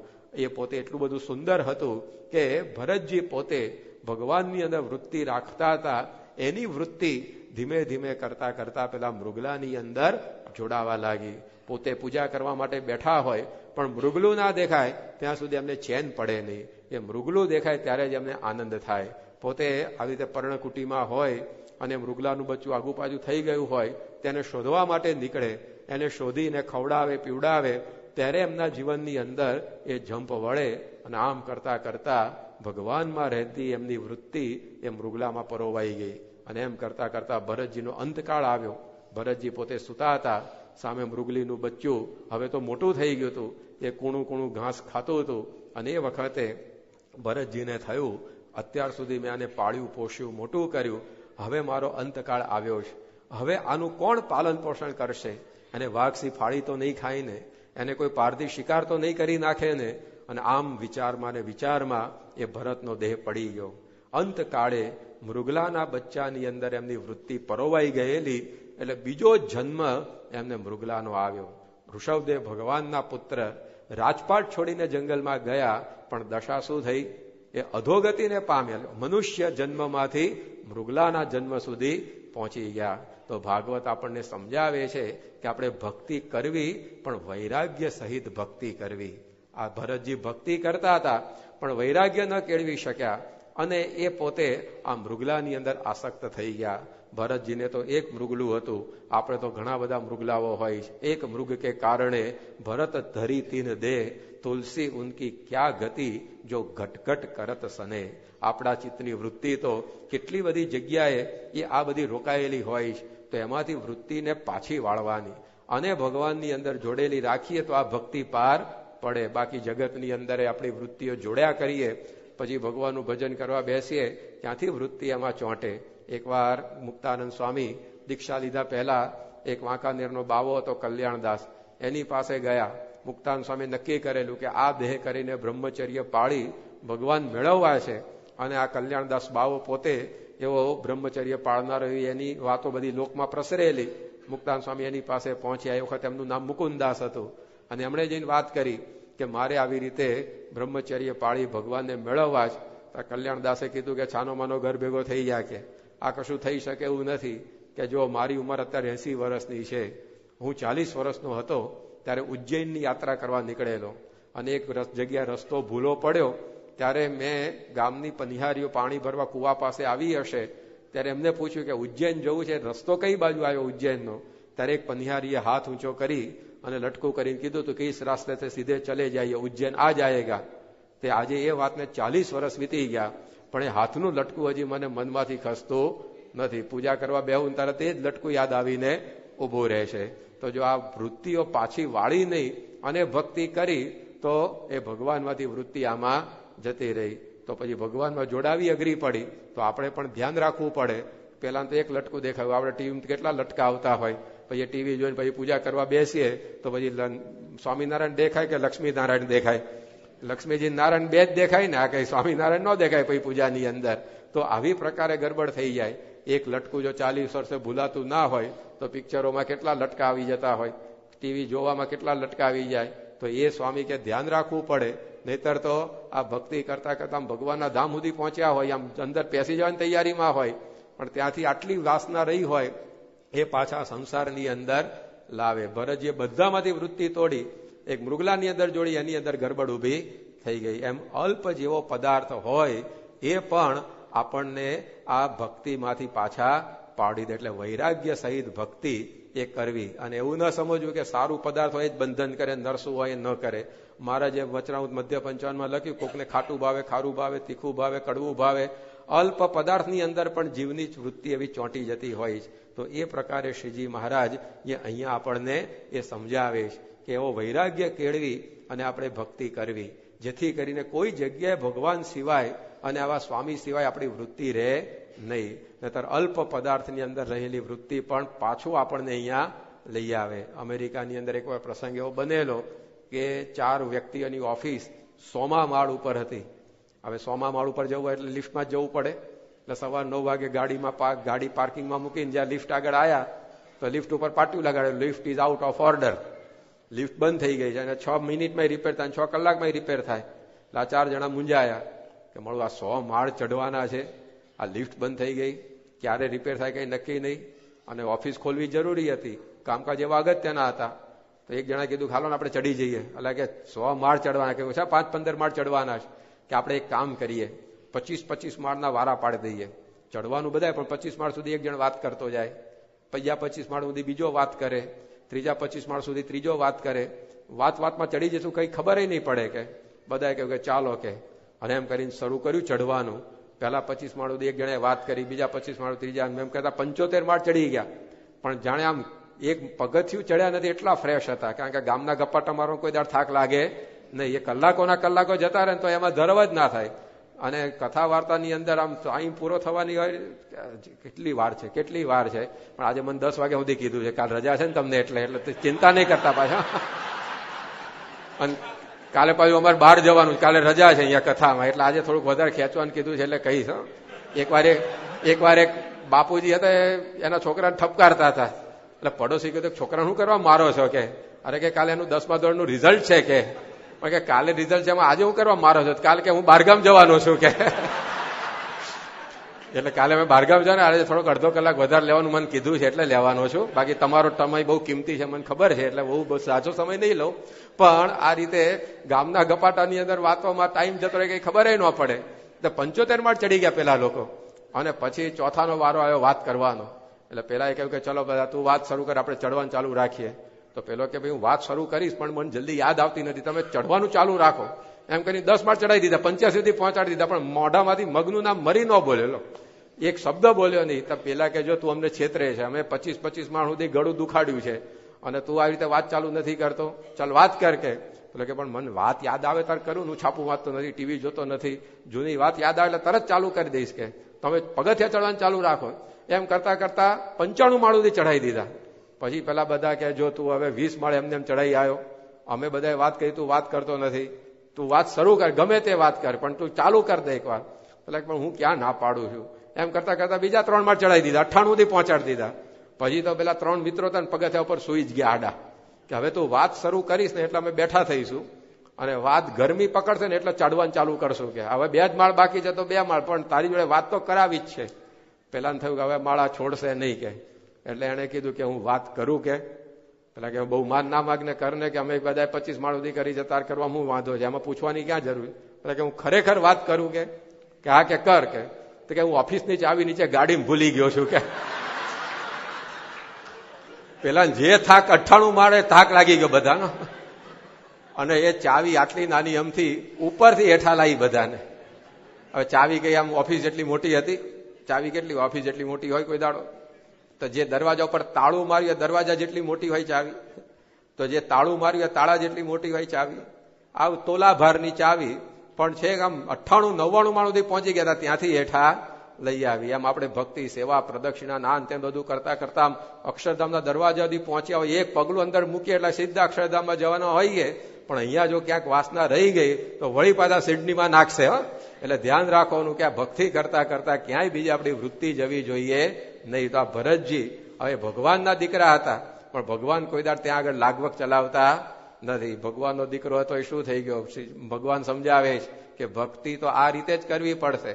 ત્યાં આગળ અક્ષરધામમાં જવામાં કોઈ લાગવગ લાગવાની નથી. અહીંયા બાપાનું ઉતારામ જવું હોય કોઈ ઓળખી તો મળી જાય લઈ જાય તમને, પણ ત્યાં કઈ પોપાબાઈનું રાજ નથી. ત્યાં તો આવી 100% પ્યોર ભક્તિ, તો આ વૈરાગ્ય સહિતની ભક્તિ એ અહીંયા આપણને સમજાવી. તો એ ભરતજીનું આખ્યાન એ આપણને સમજાવે છે. ત્યાર પછી ભરતજીએ મૃગલાના દેહમાં એમને થયું કે હું ક્યાંથી ક્યાં આવી પડ્યો, આવો રાજાનો દીકરો ભગવાન ભજવા રાજ્ય છોડીને નીકળ્યો અને આ મૃગલામાં ચોંટી ગયો. અને આ મૃગલાનો જન્મ આવ્યો, એમાં કંઈ ખાધું પીધું નહીં, અને મૃગલાનો દેહ પાડી દીધો. ત્રીજો જન્મ એક બ્રાહ્મણના ઘેર એમને પ્રાપ્ત થયો, પણ એમાંય જાણપણું રાખ્યું કે કોઈ સંસાર વ્યવહારના કામમાં ડાપણ કરવું નથી. આ પેલા મૃગલાને બચાવવા ગયો, મોટું કરીને છોડી દેવાનું હતું, એમાં ચોંટી ગયો. હવે સંસારમાં કઈ વૃત્તિ રાખવી નથી, અને એમ જડની જેમ એ પોતે વર્તતા હતા, એટલે એનું નામ પડી ગયું જડ ભરત. અને પછી ઘરના લોકોને કામનો ના લાગ્યો, એટલે કહ્યું જા તારા ભગવાન ભજવા જેવો જ જતો રહે. કે લોકો કે એને આમ સારો હતો ત્યાં સુધી રાખ્યો, પણ ખબર પડી કે આમાં કઈ એવો સુધારો થાય એવો લાગતો નથી, એટલે મોકલી દીધો. જ્યાં તાર જેમ કરવું એમ કરજે. ભરતજીને તો એટલું જ જોઈતું હતું, અને પોતે ગાંડા થઈ અને આ ભગવાન ભજવા માટે નીકળી ગયા. અને પછી એવી રીતે ઉન્મત્ત દશામાં પોતાનો દેહ પાડી દીધો, પણ પ્રગટ ભગવાનનો યોગ મળ્યો નહોતો, એટલે કલ્યાણ કેવી રીતે થાય. એ જડ ભરત ત્યાર પછી શેખપાટની અંદર લાલજી સુથાર તરીકે જન્મ પામે છે, અને શ્રીજી મહારાજના યોગમાં આવ્યા, અને મહારાજ એમને દીક્ષા આપી, નિષ્કુળાનંદ સ્વામી એવું નામ પાડ્યું, અને ભરતજીનું ત્યારે કલ્યાણ થયું. નિષ્કુળાનંદ સ્વામીએ પણ પોતાના કીર્તનની અંદર આ વાત લખી છે કે આગે તપસી તપસા કરતા રહી ગઈ કિંચિત કામા, તે કારણ આ નરતન ધરિયા સો જાનત હે રામા. કે મને આગળ આ તકલીફ થયેલી, પણ મારે હવે એવું વૈરાગ્યવાન જીવન જીવવું છે કે ભગવાન સિવાય બીજા કોઈમાં પ્રીતિ જ નહીં. અને નિષ્કુળાનંદ સ્વામી રૂપે આત્યંતિક મુક્તિને મહારાજના યોગમાં આવીને પામ્યા. તો આ ભરતજીનું આખ્યાન એ આપણને સમજાવે છે કે આપણા જીવનની અંદર પણ ભક્તિ આવી વૈરાગ્ય સહિત કરવી. એકવાર યોગી બાપાને હરિભક્તે પૂછ્યું કે સ્વામી, ભરતજીને તો આટલું બધું ત્યાગ વૈરાગ્ય હતો, અને તોય આ દશા થઈ, તો અને એક મૃગલું હતું, અમાર તો કેટલાય મૃગલા છે, તો પછી અમારી શું દશા થાય. ત્યારે યોગી બાપા બોલ્યા કે ભરતજીએ ગુરુ કર્યા નહીં. ગુરુ જો એમણે કર્યા હોત તો એ ગુરુ એને સમજણ આપત કે ભાઈ આ મૃગલું મોટું થઈ ગયું, હવે એમાંથી વૃત્તિ તોડે, ભગવાનમાં જોડો. પણ એવું કહેનારું કોઈ મળ્યું નહીં, એટલે ભરતજીની આ દશા થઈ. તમને તેવા ગુરુ મળ્યા છે કે ભગવાન સિવાય બીજે ક્યાંય વૃત્તિ રહેવા દેશે નહીં. સ્વામી એમની વાતોમાં લખ્યું ને કે ભૂત વળગે તો છોડતું નથી, તો આ સ્વામિનારાયણ વળગે આપણને કેમ છોડશે? રીજે કે ખીજે જગતમાંથી વૃત્તિ તોડાએ પાર કરવાના છે. સ્વામી એમની વાતોની અંદર પણ લખ્યું કે રવજી સુથારને પરણાવીને પણ સંસારનું સુખ લેવા દીધું નહીં, સાધુ બનાવી દીધા. એમ કાં અષ્ટાંગ યોગ કાં રોગ, પણ એ વગર અંતરનો મેલ જાય નહીં. એટલે સમજી મૂકો તો સારું ગણું, નહીતર પછી ગમે તે રીતે પણ આ ભગવાનને ગુરુ જે મળ્યા છે એ જગતમાંથી આપણને તોડાવશે. આપણે એમને વળગ્યા રહેવાનું એટલું કરવું પડે, તો બધું કામ પછી એ સંભાળી લે. રવજી સુથાર એને મહારાજે મોકલ્યા હતા કચ્છની અંદર સત્સંગ કરાવવા, અને મહારાજે કીધેલું કે 3 વસ્તુનું ધ્યાન રાખજો. એક તો રેશમી વસ્ત્રો પહેરવા નહીં, બીજું એકલા બહેનો હોય ત્યાં વાતો ન કરવી, કથા વાર્તા ન કરવી, અને આ બહેનોના હાથનો થાળ ન જમવો. આટલું તમે ધ્યાન પણ રાખીને સત્સંગ કરાવજો. અને એ ઉપડ્યા ત્યાં આગળ, અને આ તો મહારાજનું ઐશ્વર્ય લઈને ગયા હતા, મહારાજની આજ્ઞાથી ગયા હતા. એટલે જ્યાં જાય ત્યાં કથા વાર્તાથી સૌને સમાસ થાય, બધા ખૂબ રાજી થાય. અને રવજી બધા કર્યા કરે. એમાં રવજી સુથારને કાંટો ચડી ગયો કે જાણ્યું હું પણ છું, કોઈ કામ નો રહે. અને પછી મહારાજે જે વચનો કીધા હતા બધા ભૂલી ગયા, અને પછી બહેનો હોય ત્યાં કથા વાર્તા કરવા જાય, એમ કરતા કરતા કોકની જોડે ગોઠવાઈ ગયા પાછા, અને મહારાજની જોડે આશીર્વાદ લેવા આવ્યા પરણીને, કે મહારાજ આશીર્વાદ આપો કે અમારો સંસાર વ્યવહાર સુખી થાય. મહારાજ કે મેં તને સત્સંગ કરાવવા મોકલો તો શું કરીને આવ્યા તમે? કે હવે મહારાજે જે થયું એ, પણ હવે આશીર્વાદ આપો ને. કે મહારાજને થયું કે આ ભારે કરી. કે પછી એમને તો આશીર્વાદ આપ્યા, એ આગળ ગયા આશીર્વાદ આપીને. પછી પાછળ એમના પત્ની આયા આશીર્વાદ લેવા. મહારાજે રવજી સુથારના પત્નીને કીધું કે જો આ ભગત છે એને તમે બગાડ્યો એટલે એને તો 1 જમપુરીનું દુઃખ, પણ તમને 2 જમપુરીનું દુઃખ ભોગવવું પડશે. પેલી બાઈ કે મેં ક્યાં બગાડ્યો, અમે ત્યાં વળગ્યા જ મને, કે હું જ વળગી એને. કે તમે મને 2 જમપુરીનું દુઃખ આપો છો, આવું તો કેવી રીતે ભોગવાશે? કંઈક છૂટા એવો ઉપાય આપો. મારે કે એક ઉપાય છે આ જમપુરીના દુઃખથી બચવું હોય તો. કે શું? તો કે આ ભગત કે રવજી ભગત, એનાથી તમારે ઊંધું કરવાનું એ ફાવશે? કે એ તો પ્રેક્ટિસ હોય અમારે, કે એમાં વાંધો નહીં આવે, કે એ તો અમે કરી શકીએ. કે એટલે મોટા ભાગે એવું જ હોય છે. એટલે કે એ તો ભગત કહેશે એનાથી ઊંધું કરશું. કે મારે કે એ કરશો તો તમને જમપુરીનું દુઃખ હું મટાડી દઈશ. અને રવજી સુતાર પરણીને ગયા. મહારાજને આ વાત કરી રાખી છે ખબર નહીં એમને, તો આગળ નીકળી ગયા હતા. અને ઘેર જઈને પછી રવજી ભગતે કીધું કે ચાલો હવે તાર પહેલો દિવસ છે આપણા લગ્ન પછીનો, કંસાર કરો. તો ખીચડી બનાવીને બેઠા હતો. રવજી સુથાર કે કંસારનું કીધું, ખીચડી કેમ બનાવી? પણ વાંધો નહીં, કે ભૂલ થઈ ગઈ હશે. પછી કે બીજે દાડે કે ચાલો હવે ખાટલો પાથરો. તો 4 પાયા અધર ને પેલી જાળી નીચે એવો ખાટલો પાથર્યો. રવજી સુથાર કે આ ગરબડ કેમ થઈ ગઈ? પહેલા તો સારું લાગતું હતું, હવે કેમ આ 2 દાડામાં બધું ચિત્ર બદલાઈ ગયું? પછી કે ભાખરી બનાવતો, રોટલો બનાવે, રોટલો કહેતા રોટલી કરે ને એકેમાં હરખાઈ જ ન આવવા દે. અને રવજી સુથાર તો જે કંટાળ્યા આયા મહારાજ પાસે કે મહારાજ દયા કરો, કે આ છોડાવો, કે આ ખબર નહીં શું ગરબડ થઈ ગઈ, કે લગ્ન પહેલા બધું સારું લાગતું હતું, કે અને હવે તો કહું એનાથી ઊંધું જ કરે છે. મારે કે થઈ જાવ સાધુ, કે આ બધું આવું જ છે. કે અને તમારા પત્નીને કોઈ એ સાંખ્યોગી થઈ જાય, જીવબા લાડુબા જોડે ભગવાન ભજે, એમ કરીને આખું તંત્ર મહારાજે થાળે પાડ્યું. તો સ્વામી કે આપણે ચોંટવું હશે ને તો પણ આપણને ચોંટવા દેશે નહીં. એવા ભગવાનને ગુરુ મળ્યા છે, પણ એમને પકડી રાખવા પડે. પાછા આવું વિષયનું ખંડન કરે અને આપણને લાગે કે આપણી વાહે પડી ગયા છે, છોડીને જતા રહીએ તો પછી પડીએ ખાડામાં પાછા. પણ જો આ ભરતજીએ ગુરુ વગર ભક્તિ કરી તો વૈરાગ્ય આવ્યો નહીં. પણ સાચા ગુરુ મળે તો આપણને સંસારમાં રહેવા છતાંય સંસારનું બંધન થવા દે નહીં. જેમ જનક રાજાને પંચવીક ઋષિ મળ્યા, અમરીશ રાજા પણ રાજ્યમાં રહીને ગુરુના સમાગમથી નિર્લેપ રહી શક્યા. દાદા ખાચર, પર્વતભાઈ, ગોરધનભાઈ જેવા બધા ભક્તો આપણા સંપ્રદાયમાં પણ થયા, કે ઘણી મોટી સંસારની જવાબદારીઓ નિભાવતા પણ એવા ગુરુ મળ્યા હતા તો સંસારમાં બંધન થવા દીધું નહીં. તો એવી વાત આ ભરતજીની આપણને સમજાવે છે કે વૈરાગ્ય સહિત ભક્તિ કરવી. અને એવો વૈરાગ્ય ક્યારે જીવનમાં આવે? આવા ગુરુનો સમાગમ કરીએ ત્યારે. તો અંતે પણ વળી પાછો સંતનો સમાગમ આવીને તો ઉભો જ રહ્યો. તો એ વાત આપણને સમજાવી. હવે આગળ એક બલિનું આખ્યાન આવે છે.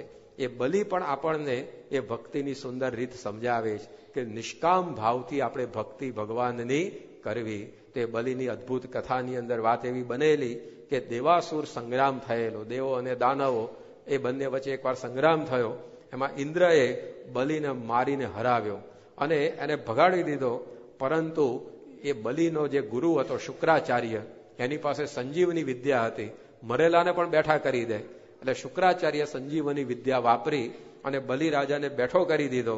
અને બલિએ પછી ભૃગુવંશી બ્રાહ્મણોની ખૂબ ભાવથી સેવા કરી અને એનાથી ઐશ્વર્ય પ્રાપ્ત કરી અને વિશ્વજીત નામનો એક યજ્ઞ એનો પ્રારંભ કર્યો. અને એ યજ્ઞથી બળવાન થયેલા બલિએ સ્વર્ગ ઉપર પછી ચઢાઈ કરી અને આ બ્રાહ્મણોની સેવાથી યજ્ઞ કરવાથી એનું બળ એટલું બધું વધી ગયેલું કે ઇન્દ્ર પોતે ગભરાઈ ગયો અને બૃહસ્પતિ પોતાના ગુરુ પાસે જઈને વાત કરી કે આ બલિએ આટલું બધું બળ ક્યાંથી પ્રાપ્ત કર્યું? ત્યારે બૃહસ્પતિ કહે છે કે એણે ભૃગુવંશી બ્રાહ્મણોની એવી સેવા કરી છે, એનાથી આવું તેજ પ્રાપ્ત થયું છે. હવે એને ભગવાન સિવાય કોઈ મારી શકે એમ રહ્યું નથી, માટે તું પણ હવે સંતાઈ જા, તારો પણ એની આગળ ગજ વાગે એવો નથી. એટલે ઇન્દ્ર પણ પોતે ઊભી પૂંછડીએ ભાગ્યો અને બલિએ પોતે સ્વર્ગ ઉપર એ આધિપત્ય જમાવી દીધું અને ઇન્દ્રને ત્યાંથી મારી હઠાવ્યો. આ જોઈને ઇન્દ્રની માતા અદિતિ એ પોતે બહુ દુઃખી થઈ ગયા કે આ મારા પુત્રનું બધું આ બલિ આવીને પડાવી લીધું. અને એ સમયની અંદર પોતાના પતિ કશ્યપ મુનિ એમને એણે વાત કરી કે આ ઇન્દ્રનું આ બધું જ આ બલિએ પડાવી લીધું છે અને ભગવાન સિવાય કોઈથી હવે મરે એવો રહ્યો નથી, એવો બળિયો થઈ ગયો છે, તો તમે કંઈક એનો ઉપાય કરો. ત્યારે અદિતિને આ કશ્યપ મુનિ કહે છે કે તમે પયોવ્રત કરો અને પયોવ્રત કરવાથી તમારા ત્યાં આવી રીતે એ પુત્ર એવો પ્રાપ્ત થશે. તમે આવી રીતે ભગવાનની સેવા પતિનો ભાવ રાખીને કરજો અને એની સેવાથી તમારા ત્યાં સાક્ષાત ભગવાન પુત્ર રૂપે અવતાર લેશે અને એ પોતે આ બલિને બાંધીને ઇન્દ્રને એનું ગયેલું રાજ્ય પાછું અપાવશે. અદિતિએ પોતે કશ્યપના કહેવાથી આ પયોવ્રત કર્યું અને ભાદરવા સુદ બારસના દિવસે એમના તે પુત્રનો જન્મ થયો અને પોતે કદમાં ખૂબ નાના હતા એટલે વામન કહેવાતા અને ઇન્દ્રનો નાનો ભાઈ થયો એટલે એમનું બીજું નામ ઉપેન્દ્ર એ પણ પડ્યું. અને એ પોતે એ જ બાળ અવસ્થામાં બલિનો યજ્ઞ એ ભૃગુ કચ્છની ભૂમિ ઉપર જે અત્યારનું ભરૂચ આપણે કહીએ છીએ ત્યાં ચાલી રહેલો એ ત્યાં આગળ પોતે આવ્યા અને પોતાનું સ્વરૂપ એટલું બધું સુંદર હતું કે બધા જ ઋત્વિજો યજ્ઞ કરાવનારાના મન એ આ વામનના સ્વરૂપની અંદર ખેંચાઈ ગયા. અને એ વખતે વામનજી પોતે બલિ પાસે આવીને ઉભા રહે છે અને ભિક્ષામ દેહી કે મને ભિક્ષા આપો એમ કહી અને ત્યાં આગળ ભિક્ષાની યાચના કરી. ત્યારે બલિ રાજાએ કહ્યું કે તમે ચિંતા ના કરો, તમારે જેટલું જોઈએ એટલું માગી લો. એકવાર બલિ પાસે જે માગે છે ને એને જિંદગીમાં પછી માગવાનું રહેતું નથી. કહેતા કે હું એટલું બધું આપું છું દાનમાં કે પછી એને કોઈ બીજા આગળ હાથ લાંબો કરવો પડતો નથી, માટે તમારે જોઈએ એ પ્રકારનું તમે મને કહો, હું તમને બધું જ આપીશ. ત્યારે એ વખતની અંદર પેલા વામનજી કહે છે કે પદાની ત્રીણી દૈત્યેન્દ્ર સંમિતાની પદામમ, કે મારે તો 3 ડગલા પૃથ્વી જોઈએ છે, એટલું તમે મને દાન આપો. ત્યારે બલિ પોતે હસવા લાગ્યો. એ કહે છે કે વાચઃ વૃદ્ધ સંમતા બાલો બાલિશમતી, તમે જયારે બોલો છો ત્યારે આમ કોઈ પ્રૌઢ માણસ મેચ્યોર માણસ બોલતો એવું લાગે છે, પણ આ માગણી સાંભળીને મને એવું લાગે છે કે તમારી બુદ્ધિ તો સાવ બાળક જેવી જ છે.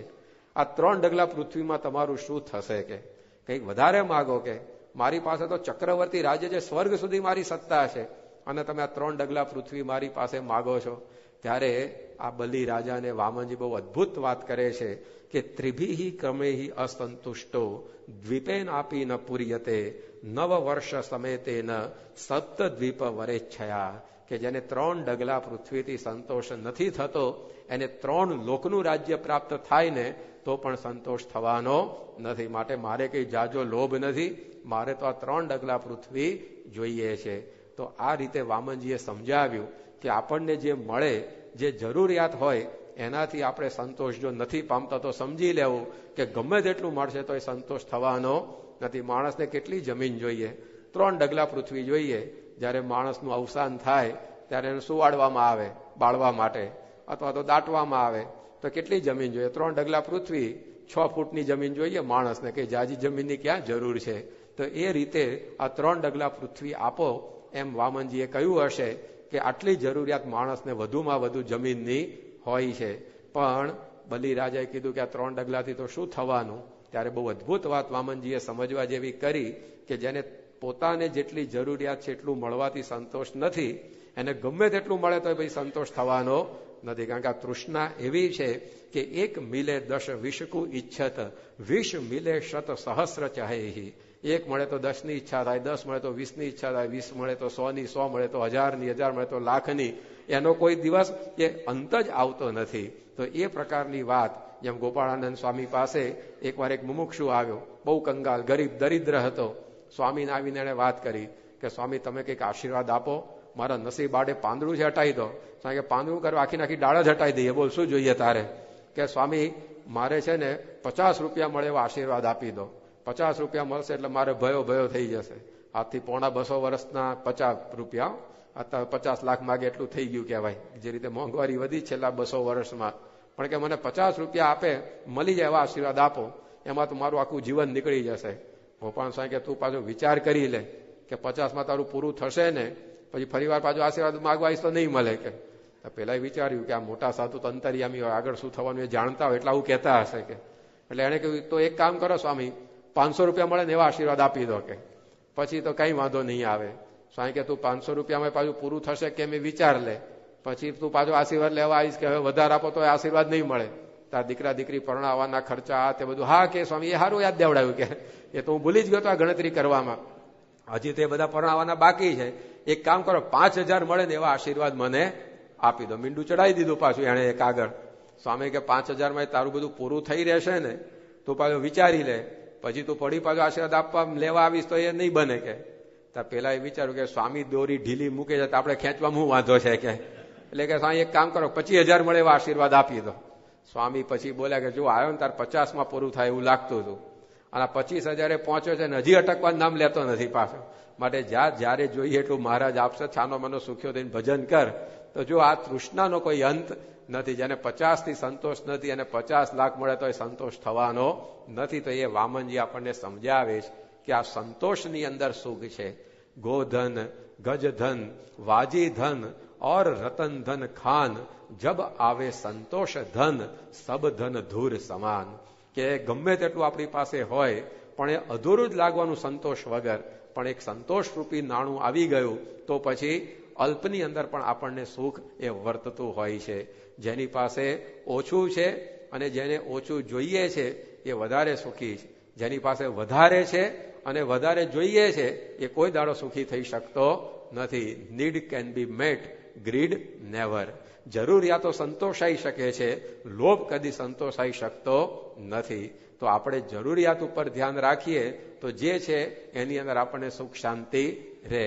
પરંતુ માણસના જીવનમાં તૃષ્ણા એવી હોય છે કે ગમે તેટલું ભગવાન આપે તો સંતોષ ના થાય. મેલેરિયાના દર્દી જેવા આપણે હોઈએ છીએ. મેલેરિયાના દર્દીને જેટલા ગોદડા ઓઢાડો એટલા ઓછા પડે હો, કે હજી એક ઓઢાડો ને ટાઢ વાય છે, હજી ઓઢાડો ને ટાઢ વાય, એમ જ બોલ્યા કરે હોય. એમ આપણને ભગવાન ગમે તેટલું આપે તો હજી આપો એ અંત જ નથી આવતો. એકવાર બ્રહ્માજી હતા, એ પોતે દાન આપવા બેઠા અને જેને જેટલું જોઈએ એટલું દાન આપતા હતા. જેટલું જોઈએ એટલું લઈ જાય.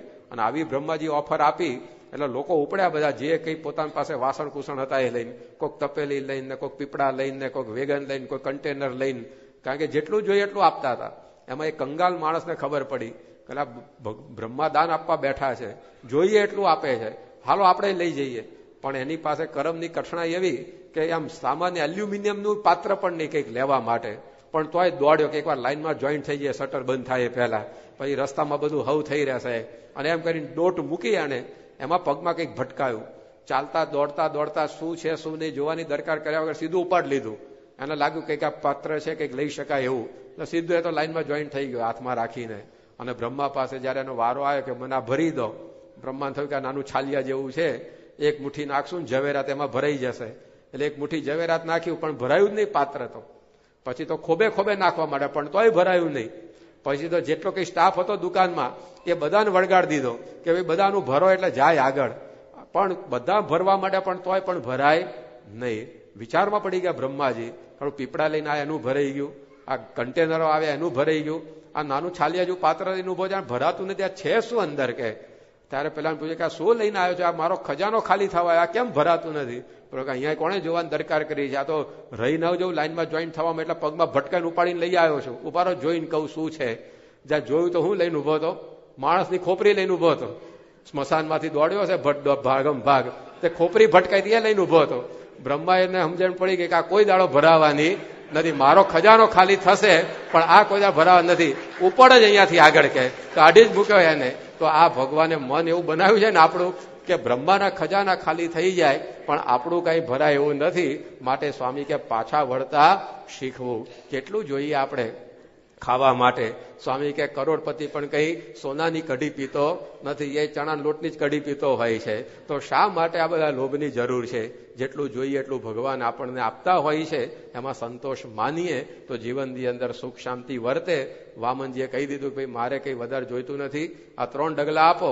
અને બલિ પોતે તૈયાર થઈ ગયો કે કઈ વાંધો નહીં, ચાલો હાથમાં પાણી લઈને સંકલ્પ કરું છું, 3 ડગલા તમને કૃષ્ણાર્પણ કરવા. ત્યાં એનો ગુરુ શુક્રાચાર્ય એ પોતે આવ્યા અને બલિને ચેતવવા ગયા કે જોજો ભૂલો ના પડતો, આ દેખાય છે નાનું અમથું ટાબરિયું, પણ આ સાક્ષાત ભગવાન છે, તન છેતરવા આવ્યા છે, 3 ડગલામાં તારું બધું પડાઈ લેશે, માટે તું કઈ કૃષ્ણાર્પણનો સંકલ્પ કરતો નહીં. કે પુણ્ય કરાનું પાડોશીને ત્યાં આડો ફર્યો.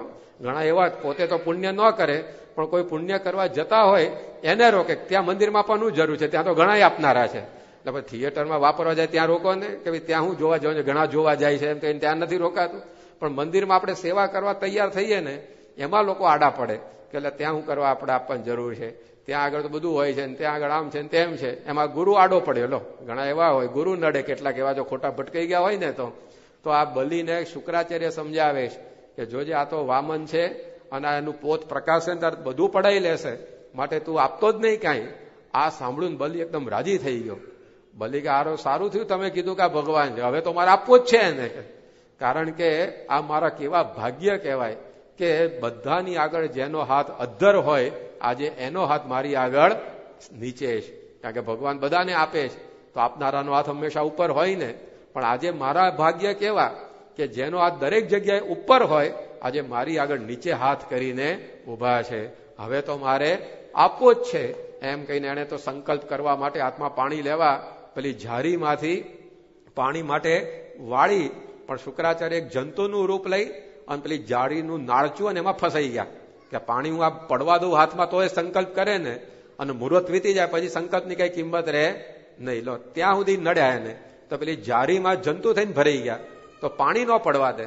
બલિ સમજી ગયો કે આ કોણ નડે છે કે, એટલે એને એક સળી લીધી, પેલું નાળચું હતું ત્યાં સળી ભોંકી, બરાબર ત્યાં શુક્રાચાર્યની આંખ હશે, ત્યાં આંખમાં સળી ભોંકાઈ અને એક આંખ નીકળી ગઈ, એક આંખ જતી રહી. એટલે બધા લોકો એને શુક્રાચાર્ય ત્યારથી કહેતા હોય છે. 2 આંખ જતી રહી અને સુરદાસ કે, એક જતી રહી અને શુક્રાચાર્ય કહેવાય છે તો સારી ભાષામાં. તો આ રીતે એને પોતે પેલું પાણી પછી હાથમાં પડ્યું અને 3 ડગલા જમીનનો સંકલ્પ કર્યો.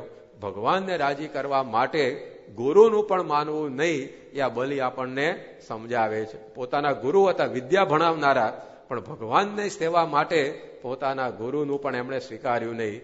જુઓ વિભીષણે તજ્યો ભ્રાત, તેમ તજી ભરતજીએ માત, તજ્યો પ્રહલાદે પિતાને વળી, તેમ ગુરુ તજ્યો રાજા બળી. તજ્યો ગોપીએ પતિનો સંગ, તજ્યો પુત્ર વેન રાજા અંગ, તેની અપકીર્તિ નવ થઈ, સામુ કીર્તિ શાસ્ત્રમાં હી કહી. ભરતજીએ ભગવાનને રાજી કરવા પોતાની માતાનો પક્ષ કૈકેયીનો પક્ષ છોડી દીધો કે રામની સેવા મારે કરવી છે, રામથી વિયોગ પમાડનાર તું મારે જોઈએ નહીં. માતાનો પક્ષ છોડ્યો. વિભીષણે પોતાના ભાઈ રાવણનો પક્ષ ભગવાનને રાજી કરવા છોડી દીધો.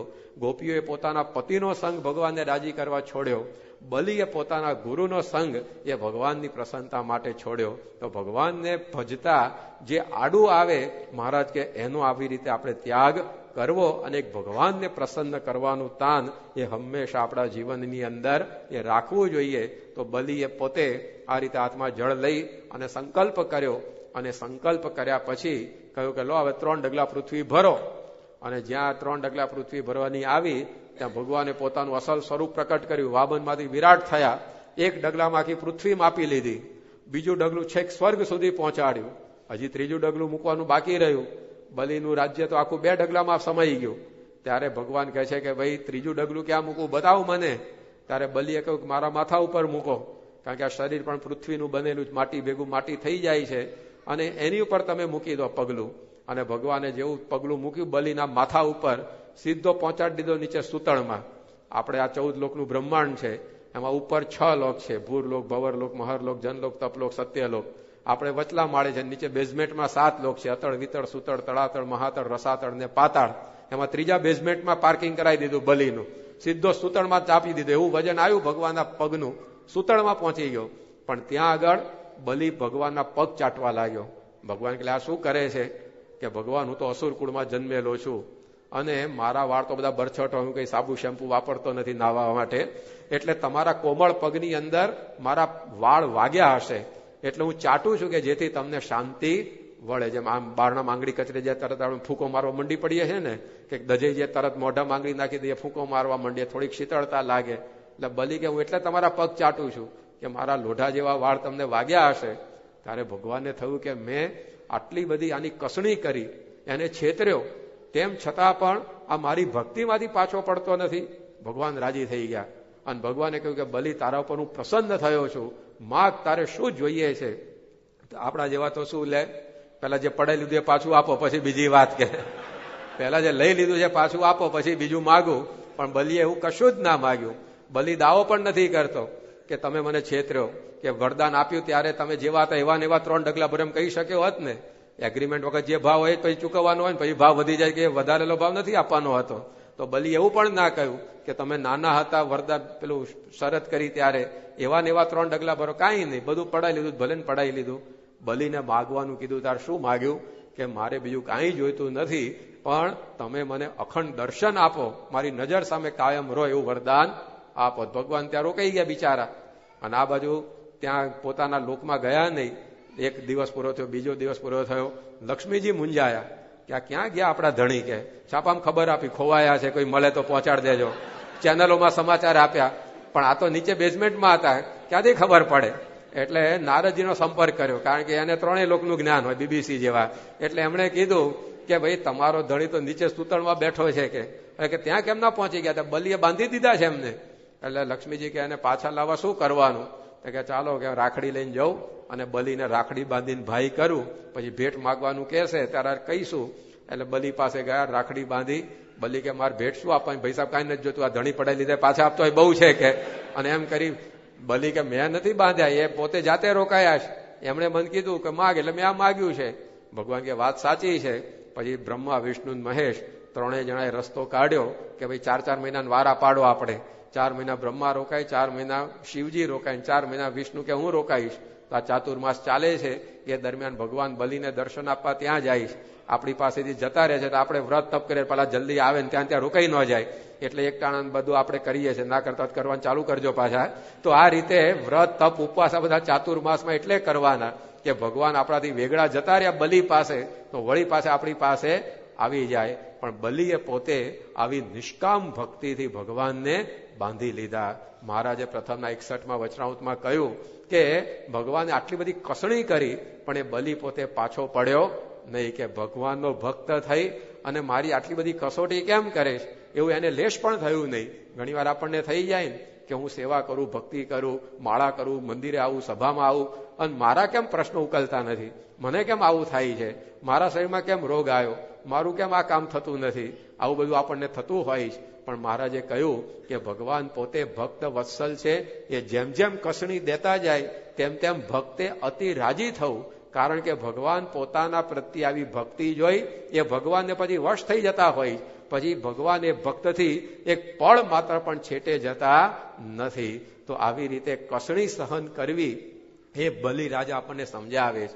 ભગવાન કઈ આપણા દુશ્મન નથી, એ આપણું કઈ પડાવી લેવા નથી આવ્યા, એ લે છે એના કરતા 1000 ગણું આપતા હોય. પણ ઘણી વાર આપણને વિશ્વાસ નથી આવતો.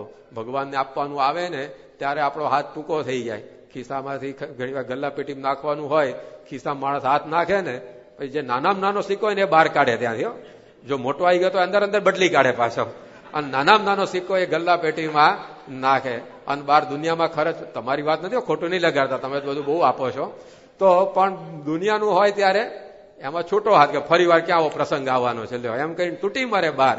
પણ ભગવાનને આપવાનું આવે ત્યારે હાથ નાનો થઈ જાય. પણ અહીંયા જેનો હાથ છૂટો રહે છે, ભગવાન એને આપતા ખૂટવાડતા નથી. દેતો દેતો ને દેતો જોગીડો, દેતો દેતો ને દેતો, હારે ભોળો જોગી એટલું આપે, લેનાર થાકી રહેતો. આ ભગવાનને સંત એવા છે કે આપણે લેતા થાકીએ એટલું આપે, પરંતુ આપણે ઘણીવાર એને આપતા ખચકાતા હોઈએ છીએ. તો બલિ આપણને સમજાવે છે કે આ ભગવાનને સંતને આપવામાં કોઈ દાડો હાથ ટૂંકો રાખવો નહીં. એકવાર શ્રીજી મહારાજ વિસનગરની બાજુમાં દેવળા ગામ છે ત્યાં પધાર્યા હતા. ત્યાં હરખાશા કરીને એક હરિભક્ત રહેતા હતા. સાવ બિચારા ગરીબ હરિભક્ત, રોજે રોજનું કમાય ને રોજે રોજનું ખાય. એને એના પત્ની 2 જણા રહેતા. હવે આમાં મહારાજ એમના ત્યાં બપોર 12 વાગે જઈ ચડ્યા અને પટેલ તો બહુ રાજી થયા, પરંતુ બિચારા મુંજાયા હરખાશા. કારણ કે ખાવા ભેગું મહારાજને આપવા જેવું કઈ હતું જ નહીં. સાંજે રોટલા ટિફિન ખાતા હતા, આખો દાડો મજૂરીમાંથી જે ભેગું થાય. એના પત્નીને વાત કરી હરખાશાએ કે મહારાજ આયા છે, 12 વાગ્યાનો ટાઈમ છે, શું કરશું? પત્ની કે મૂંઝાવશો શું કરવા? લો મારી આ બંગડીઓ લઈ જાઓ, એને વેચી આવો, એમાંથી સીધું લઈ આવો. મહારાજ આપણા ત્યાં આવ્યા તો આપણે સારામાં સારો થાળ કરીને એમને જમાડીએ. અને એમ કરીને પોતાની બંગડીઓ વેચી સીધું સામગ્રી લઈ આવ્યા. અને 1-2 કલાકમાં તો લાડુ ને દાળ ભાત ને શાક ને ભજીયા બધો સરસ થાળ તૈયાર કરી દીધો. મહારાજને સામે બેસાડીને જમવા બેસાડ્યા. મહારાજે જમતા જમતા વાત કરી, હરખાશા આ 2 કલાકમાં આવી બધી સરસ વાનગીઓ બનાવી દીધી, બહુ સુખિયા લાગો છો કે મહારાજ આપની કૃપાથી બધું ચાલે છે. માગે જો મારી કૃપાથી ચાલતું હોય તો મારે અત્યારે 500 રૂપિયાની જરૂર પડી, મને આપશો? આ ભગતને 5 રૂપિયા માંડ બંગડી વેચીને ભેગા થયા હતા. અને મહારાજે સીધી વાત શું કરી, 500 રૂપિયા આપશો? પણ ભગતને એવું બળ આવી ગયું હતું પત્નીની વાત સાંભળીને. હા મહારાજ કે તમે જમી લો ત્યાં સુધી હમણાં વ્યવસ્થા કરી દઉં, કે એમાં શું? અને સીધા વ્યાજે લઈ આવ્યા સરાફ પાસેથી 500 રૂપિયા. અને મહારાજને કહ્યું, લો મહારાજ આ મારી સેવા. મહારાજ કે તમારી પાસે રાખો ને તમે મારી જોડે હાલો કે. અને આપણે વિસનગર જઈ અને અનાજ ખરીદવું છે. તો ત્યાં દાણા બજારમાં લઈ ગયા. મહારાજે કહ્યું કે અહીંયા પૂછો તુવેરની દાળનો શું ભાવ ચાલે છે? તો એ વખત 1 રૂપિયાની 4 મણ તુવેર દાળ મળતી હતી. મારે કે લઈ લો 500 રૂપિયાની તુવેર દાળ. તો 2000 મણ તુવેર દાળ ખરીદાવડાવી. પછી મહારાજ કે હું તો વિચરણમાં નીકળ્યો છું, આ બધું લઈને ભેગો ક્યાં ફરું? તો તમારે ઘેર આને રાખી મૂકો, પછી જરૂર પડે ને તારું મંગાઈ લઈશ. એમ કહીને મારા તો બધી એના ઘરમાં ખડકી નીકળી ગયા. બિચારાને ઘર ગોડાઉન જેવું કરી નાખ્યું. કારણ કે 2000 મણ તુવેર દાળ આવે ઘરમાં, હાલવા ચાલવાની માંડ જગ્યા રહી. અને મારા તો નીકળી ગયા. આ બાજુ દિવસ ઉપર દિવસ વીતતા જાય, પણ મહારાજ કે આ તુવેર દાળ સંબંધી વાત સંભાળે જ નહીં. 1 વર્ષ આખું પૂરું થઈ ગયું. બીજા વર્ષે ભયંકર દુષ્કાળ પડ્યો. સોનું આપતા પણ દાણા મળે નહીં, એવી પરિસ્થિતિ થઈ. ત્યારે આ હરખાશાએ મહારાજને પત્ર લખ્યો. પત્રમાં એવું ના લખ્યું કે આ દુકાળ છે થોડુંક આમાંથી લઉં કે, પણ મહારાજને એમણે પત્રમાં શું લખ્યું કે મહારાજ આ ચારે બાજુ દુકાળ છે, જો કોઈને ખબર પડશે કે મારા ઘરમાં 2000 મણ દાણા છે તો લોકો ધાડ પાડશે, લૂંટફાટ કરશે. અને આ બધા દાણા તમારા છે, આમાં એકે મારો નથી. તમારું હું સાચવી ન શકું તો હું પાપમાં પડું. માટે વહેલામાં વહેલી તકે આ બધી તુવેર દાળ તમે મંગાવી લો તમારી પાસે. મહારાજે આ પત્રનો સામે વળતો જવાબ લખાવ્યો કે આ તુવેર દાળ અમે અમારા માટે લેવડાવી નથી, તમારે જરૂર હોય એટલી તમે રાખજો ને બાકીની બધી વેચી દેજો. અને તુવેર દાળ વેચવા નીકળ્યા હરખાશા તો દુકાનને લીધે ભાવ ફરી ગયો હતો. લીધી તાર રૂપિયાના 4 મણ, વેચવા નીકળ્યા તાર 4 રૂપિયાની 1 મણ થઈ ગઈ. અને 2000 મણ તુવેર દાળ વેચી 8000 રૂપિયા એના આવ્યા. આપ્યા તારે 500 રૂપિયા મહારાજને આપ્યા હતા. અને 1 વર્ષમાં કેટલા આવ્યા પાછા? 8000. કેટલા ગણા પાછા આપ્યા શ્રીજી મહારાજે? 16 ગણા. છે દુનિયામાં કોઈ એવી બેંક 1 વર્ષમાં 16 ગણું કરી આલે? 5 વર્ષે ડબલ કરતી હોય છે. તો આ ભગવાનને આપતા કોઈ દાડો કોઈનું કઈ ખૂટ્યું નથી. શેર બજારમાં કેટલાના ડૂબ્યા હશે, બેંકોમાં કેટલાના ડૂબ્યા હશે, પણ 200 વર્ષના ઇતિહાસમાં સ્વામિનારાયણ સંપ્રદાયમાં એક દાખલો બન્યો કે મહારાજ નિકા ગુણાતીત ગુરુઓની સેવા કરીને કંઈક ખૂટ્યું? જો એ આપવા માટે લેતા હોય, પણ ઘણીવાર આપણને વિશ્વાસ આવે નહીં. શાસ્ત્રીજી મહારાજ જયારે સારંગપુર મંદિર બાંધતા હતા, બધા હરિભક્તોને ભેગા કર્યા, ઝાલાવાડના, કાઠિયાવાડના, બધાને કહ્યું, સ્વામીએ કહ્યું લો ખરડો લખાવો બધા. એમાં છગનભાઈ ગગાભાઈ ખત્રી હતા, લીંબડીના, મોજીદળના. તેમને શાસ્ત્રીમાજી કીધું કે તમે કેટલી સેવા કરશો આ મંદિરમાં? છગનભાઈ કે સ્વામી તમે કહો એમ. શાસ્ત્રીમાં કે લખો 35 રૂપિયા છગનભાઈના. તો બધા હરિભક્તો શાસ્ત્રીમાને સમજાવવા લાગ્યા કે સ્વામી આ છગનભાઈ તો કાપડની ફેરી કરે છે સાયકલ ઉપર ગામો ગામ, અને બિચારા માંડ માંડ પેટીયું રળે છે. 35 રૂપિયા તો આખા જન્મમાં પૂરા નહીં કરી શકે, તમે કંઈક ઓછું કરો. શાસ્ત્રીમાં કે ના 35 રૂપિયા બરાબર. વળી પાછા હરિભક્તો સમજાવે કે સ્વામી આ સાયકલ ઉપર ફરી ફરીને બિચારો ગામડે ગામડે તૂટી મરે ત્યારે માંડ માંડ ખાવા ભેગો થાય, તમે 35 રૂપિયા ક્યાં એના લખો છો?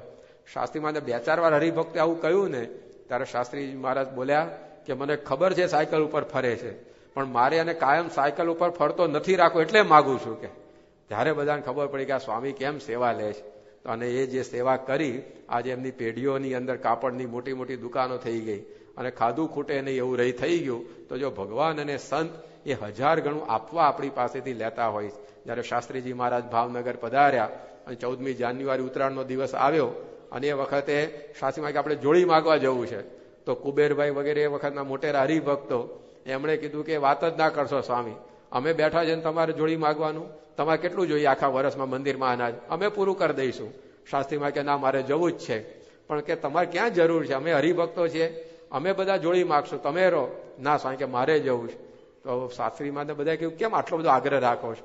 શાસ્ત્રીજી મહારાજ એ વખતે બોલ્યા કે મારી જોડીમાં જેનો એક કણ દાણો પણ આવશે એ બધાને મારે અક્ષરધામમાં લઈ જવા છે, એટલે હું જોડી માગવા જઈશ. તો આપણી જોડી એ માગે છે તો એ પોતાનું ઘરમાં કઈ ખૂટી ગયું એટલે નથી માગતા, આપણા ઘરમાં દાણા ખૂટે નહીં એના માટે આવા સંત એ આપણી પાસે એ માગતા હોય છે.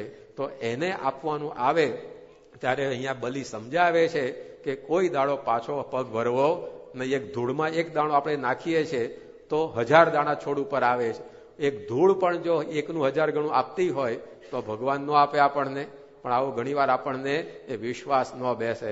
એકવાર એક ડોશી હતા ગઢડામાં, મહારાજે કીધું કે ડોશી કેટલી મરણ મૂડી ભેગી કરી છે. ડોશી જમાનાના ખાધેલ સમજી ગયા કે મરણ મૂડીને પૂછે કંઈક માગવાના હશે કે. એટલે મહારાજને કીધું કે મહારાજ માંડ 5,000 રૂપિયા ભેગા થયા છે, મારે કે મારા મંદિરનું કામ ચાલે છે, 5,000 અમને આપો ને.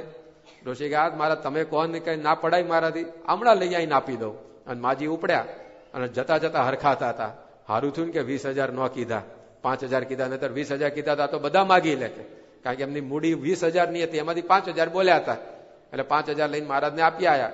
અને એ જ રાતે ચોર આવ્યા એમના ઘરમાં અને જે 15,000 બત્યા હતા ને એ બધા ઉપાડીને જતા રહ્યા. બીજે દાડ ડોશી રડતી રડતી આવી, મહારાજ તમારી સેવા કરીને મારે તો નખો જ ગયું. મારે કે એવું થતું હશે કોઈ દાડો? અમારી સેવા કરવાથી બધા સુખિયા થાય, આવું કેમ બોલો છો? અરે કે મારા તો બધા પૈસા લૂંટાઈ ગયા. મારે કે કેમ? કે રાત્રે ઘેર ચોર આવ્યા. મારે કે પણ તમારે લૂંટાવા જેવું શું હતું? તમે જે મૂડી હતી મને આપી દીધી હતી. મહારાજ 15,000 રાખીને 5,000 તમને આપ્યા હતા, એ લઈ ગયા ચોર. કે મહારાજે 5,000 પેલા મંગાયા અરજી ઠક્કર પાસે અને માજીને પાછા આપ્યા કે લો અમારે તો તમારા 20,000 બચાવવા હતા, પણ જેટલા અમને આપ્યા એટલા બચ્યા, તમારા કરીને રાખ્યા એટલા ગયા હતા. ડોશી માથું કૂટવા માટે હું કરવા બધા ન આપ્યા, આને ક્યાં લેવાતા, આ તો આપણા બચાવવા માંગતા હતા. પણ આપણને સમજાતું નથી, આપણને એમ લાગે છે કે આ ગયું. એટલે ગયું નહીં, આ તો ઇન્વેસ્ટ થાય છે, વેસ્ટ થતું નથી. બેંકમાં કોઈ દાડ પૈસા મૂક્યા લાગ્યું ગયા આપડા. કેટલી બેંકો ઉઠી જાય તો બધા બેંકમાં મૂકી આવેલો ના ત્યાં સેફમાં રહે, સેફ ડિપોઝિટ વર્લ્ડ કશા સેફ નથી રહેતા. પણ તોય આપણને કેવો વિશ્વાસ કે બેંકમાં મૂક્યા, કોઈ દાડ એવું લાગ્યું કે આપણા ઘરમાંથી ઓછા થયા. આપણને એમ જ લાગે છે કે એ સચવાયા છે. એમ આ પણ બેંક એવી છે કે એમાં કોઈ દાડો એ વેસ્ટ જતું નથી, ઇન્વેસ્ટ થાય છે. હાથમાં બુઠ્ઠી લઈને દાણા લઈને આપણે જતા હોઈએ, એ દાણા રોડ ઉપર પડે તો આપણે શું કહીએ? દાણા વેરાઈ ગયા. પણ એની એ જ મુઠ્ઠીના દાણા ખેતરમાં પડે તો શું કહેવાય? દાણા વવાઈ ગયા. કારણ કે રોડ ઉપરથી એક પાછો આવવાનો નથી, પણ ખેતરમાં પડેલા 1,000 થઈને પાછા આવવાના. એમ દુનિયા માટે ખર્ચેલું એ બધું વેરાઈ જતું હોય છે, ભગવાન માટે વાપરેલું એ વવાતું હોય છે. 1,000 ગણું પાછું આવતું હોય. તો આ બલિ રાજા એ આપણને સમજાવે છે કે હરિને ભજતા હજી કોઈની લાજ જતા નથી જાણી. તો આપણે પણ મહારાજની આજ્ઞા છે કે હરિભક્તે આવકનો 10મો કે 20મો ભાગ એ ઠાકોરજીને દર મહિનાની આવકનો આપવાનો. હતા તો પાછું તમારે ટેક્સનું રીપેનું ચાલે છે ને, તો એ પાછું આપવું એમાંથી, કારણ કે એ તો ગયેલા જ હતા, તો ટેક્સ સરકાર પાછું આપે છે, ભગવાનની કૃપાથી જ પાછું આવ્યું છે. તો એમ સમજીને એમાંથી એ ભાગ કાઢો. આજે એક હરિભક્તે જ અમને વાત કરી, એના $5,000 પાછા આવ્યા ટેક્સના. 5,000 મંદિરમાં લો સીધા, કે આમાં મારો એક આવવાનો હતો ને આયા છે. તો 10મો 20મો 50% ભાગ નહીં, આખો ને આખો ભાગ એ $5,000 એને મંદિરમાં આપી દીધા. તો જો આવી રીતે જેને સમજાયું છે કે અહીંયા તો આપવામાં લાભ છે, બચવ્યું એટલું એળે, લૂંટ્યું એટલી લાણ. જેટલું બચાવ્યું એટલું અહીંયા તો ગુમાવવાનું ને જેટલું આપ્યું એટલું મેળવવાનું છે. તો આવી યોગી બાપા કહેતા કે દેના બેંક છે, આ કઈ લેના બેંક નથી. એ આપવા માટે જ આવેલા છે. તો આ બલિ રાજા આવી નિષ્કામ ભક્તિ એ ભગવાનની આપણે કરવી જોઈએ સમજાવે છે. પણ ઘણી વાર મારું આપણને આટલા બધા પ્રસંગો આપણે તો વિશ્વાસ ન આવે, હું આપીશ ને આવશે કે નહીં પાછું, એ ગડબડ થઈ જતી હોય. અમેરિકાની અંદર, અમેરિકા અને ત્યાં આગળ કેનેડા, 2 દેશની સરહદ વચ્ચે નાયગ્રા ધોધ પડે છે. એને જોવા લાખો લોકો આવે. હવે એમાં એક માણસ એવી યુક્તિ કરી, એવી આમ આશ્ચર્ય કર્યું કે જે 2 પર્વત ઉપર જે ધોધ પડે છે એ પર્વતની ટોચ ઉપર એને દોરડું બાંધ્યું અને દોરડા ઉપર ચાલતો ચાલતો આમથી આમ ગયો ને આમથી આમ પાછો આવ્યો. એટલે લોકો જોવા ભેગા થઈ ગયા કે મારું એમને મેં દોરડા ઉપર હાલવું અઘરું છે, અને આટલું ઊંચું દોરડું બાંધ્યું હોય, નીચે ધોધ, જો પડે તો હાડકું હાથમાં ન આવે. એની ઉપર આમ દોરડા ઉપર ચાલતો ચાલતો ગયો ને આમથી આમ પાછો આવ્યો. ઘણા રસ્તા ઉપર હરખા નથી હાલતા, એમને એમ ગબડી પડતા હોય. 4 ફૂટ પહોળા પલંગમાં ઉતાર તો હવારે ઠાઈ ગયા કેટલાક તો પાછા. પણ એની અંદર આ દોરડા ઉપર ચાલતો ચાલતો આમ ગયો આમ પાછો આવ્યો. લોકો તાળીઓ પાડવા માંડ્યા. પછી તો 60 કિલો વજન પોતાના ખભા ઉપર ઉપાડ્યું અને ત્યાંથી આમ ચાલતો ચાલતો એક છેડેથી બીજે છેડે બીજેથી આમ પહોંચ્યો. લોકો તો કૂદવા લાગે કે આ તો જબરો માણસ છે, 60 કિલો વજન ઉચકીને દોરડા ઉપર આટલું ઉપર ચાલે છે. અને આ રીતે લોકો તો ખૂબ ચીચિયારીઓ તાળીઓ પાડવા માંડ્યા. હવે ખાલી કલ્પના કરો કે આ માણસ આવા ખેલ કરતો હોય ને આપણે ત્યાં પહોંચી ગયા હોય, વિઝા મળી ગયા હોય અમેરિકાના આપણને, અને આપણે આમ જોઈએ એટલે તાળી તો પાડીએ કે વાહ, કે શું માણસ કરતબ કરી રહ્યો છે. અને આપણને તાળીઓ પાડતા જોઈને આપણી પર રાજી થઈ જાય અને આપણી પાસે આવીને આપણને કહે કે તમે જોયું ને કે હું દોરડા પર ચાલતો ચાલતો આમ ગયો ને આમ આવ્યો તો પડ્યો નહીં. એટલે આપણે હા પાડીએ કે ના બરાબર, તમે પડ્યા જ નહીં. પછી કે તમે જોયું ને કે હું 60 કિલો વજન ઉચકીને આમથી આમ ગયો આમથી આમ આવ્યો તો પડ્યો નહીં. આપણે કહે કે બરાબર, તમે ન પડ્યા. પછી આપણને પૂછે કે તમારું વજન કેટલું? આપણે કહે 60 કિલો. કે હાલો બેસી જાઓ મારા ખભા ઉપર, હું તમને લઈ જાઉં. કે તો કોણ તૈયાર થાય આમાંથી? કોઈ તૈયાર થઈ જાય? આપણે કે ના ભાઈ, તાલીઓ પાડશું, દૂરદર્શન કરશું, ખભા ઉપર બેવાની વાત કરતા નહીં. કારણ કે વિશ્વાસ ન આવે કે આપણી વખત હેઠો પડે તો પાછો ક્યાં જવું આપણે. એટલે આવા પ્રસંગો આપણે સાંભળીએ કે હરખાસન 16 ગણું પાછું આવ્યું, બલીને જોઈએ એટલું વધારે પાછું આવ્યું, પણ મારું આપણી વખત ન આવે તો કે એટલે આપતા પાછું સંકોચ થાય. પણ એવો અવિશ્વાસ રાખવો નહીં. 1200 વર્ષમાં હું અનંત વર્ષોથી ભગવાનને આપવામાં કોઈ પસ્તાયું નથી. દુનિયાની અંદર ખર્ચેલા પસ્તાયા છે. તો આવી પ્રકારનો સ્વામી કે આ બલિરાજાનો સંદેશ છે. તો આપણા જીવનની અંદર પણ આવું દાન, એના નામ ઉપરથી શબ્દ બન્યો કે બલિદાન, બલિ જેવું દાન આપણે કરવું. તો આવી નિષ્કામ ભક્તિ એ ભગવાનની આપણે કરવી, એ બલિરાજા આપણને શીખવાડે છે. તો આ ભાગવતની અંદર ભક્તિની રીતો જુદી જુદી રીતે એ આપણને સમજાવવામાં આવી રહેલી છે. આવી ભક્તિ કરી, આવો સત્સંગ કરી આપણે પણ અનંત ગણું સુખ ભગવાનનું ભોગવી શકીએ. એ પ્રકારનું ભક્તિ કરવાનું બળ મહારાજ સ્વામી આપણને વિશેષ ને વિશેષ આપે, એ જ પ્રાર્થના. શ્રી સ્વામિનારાયણ ભગવાનની જય.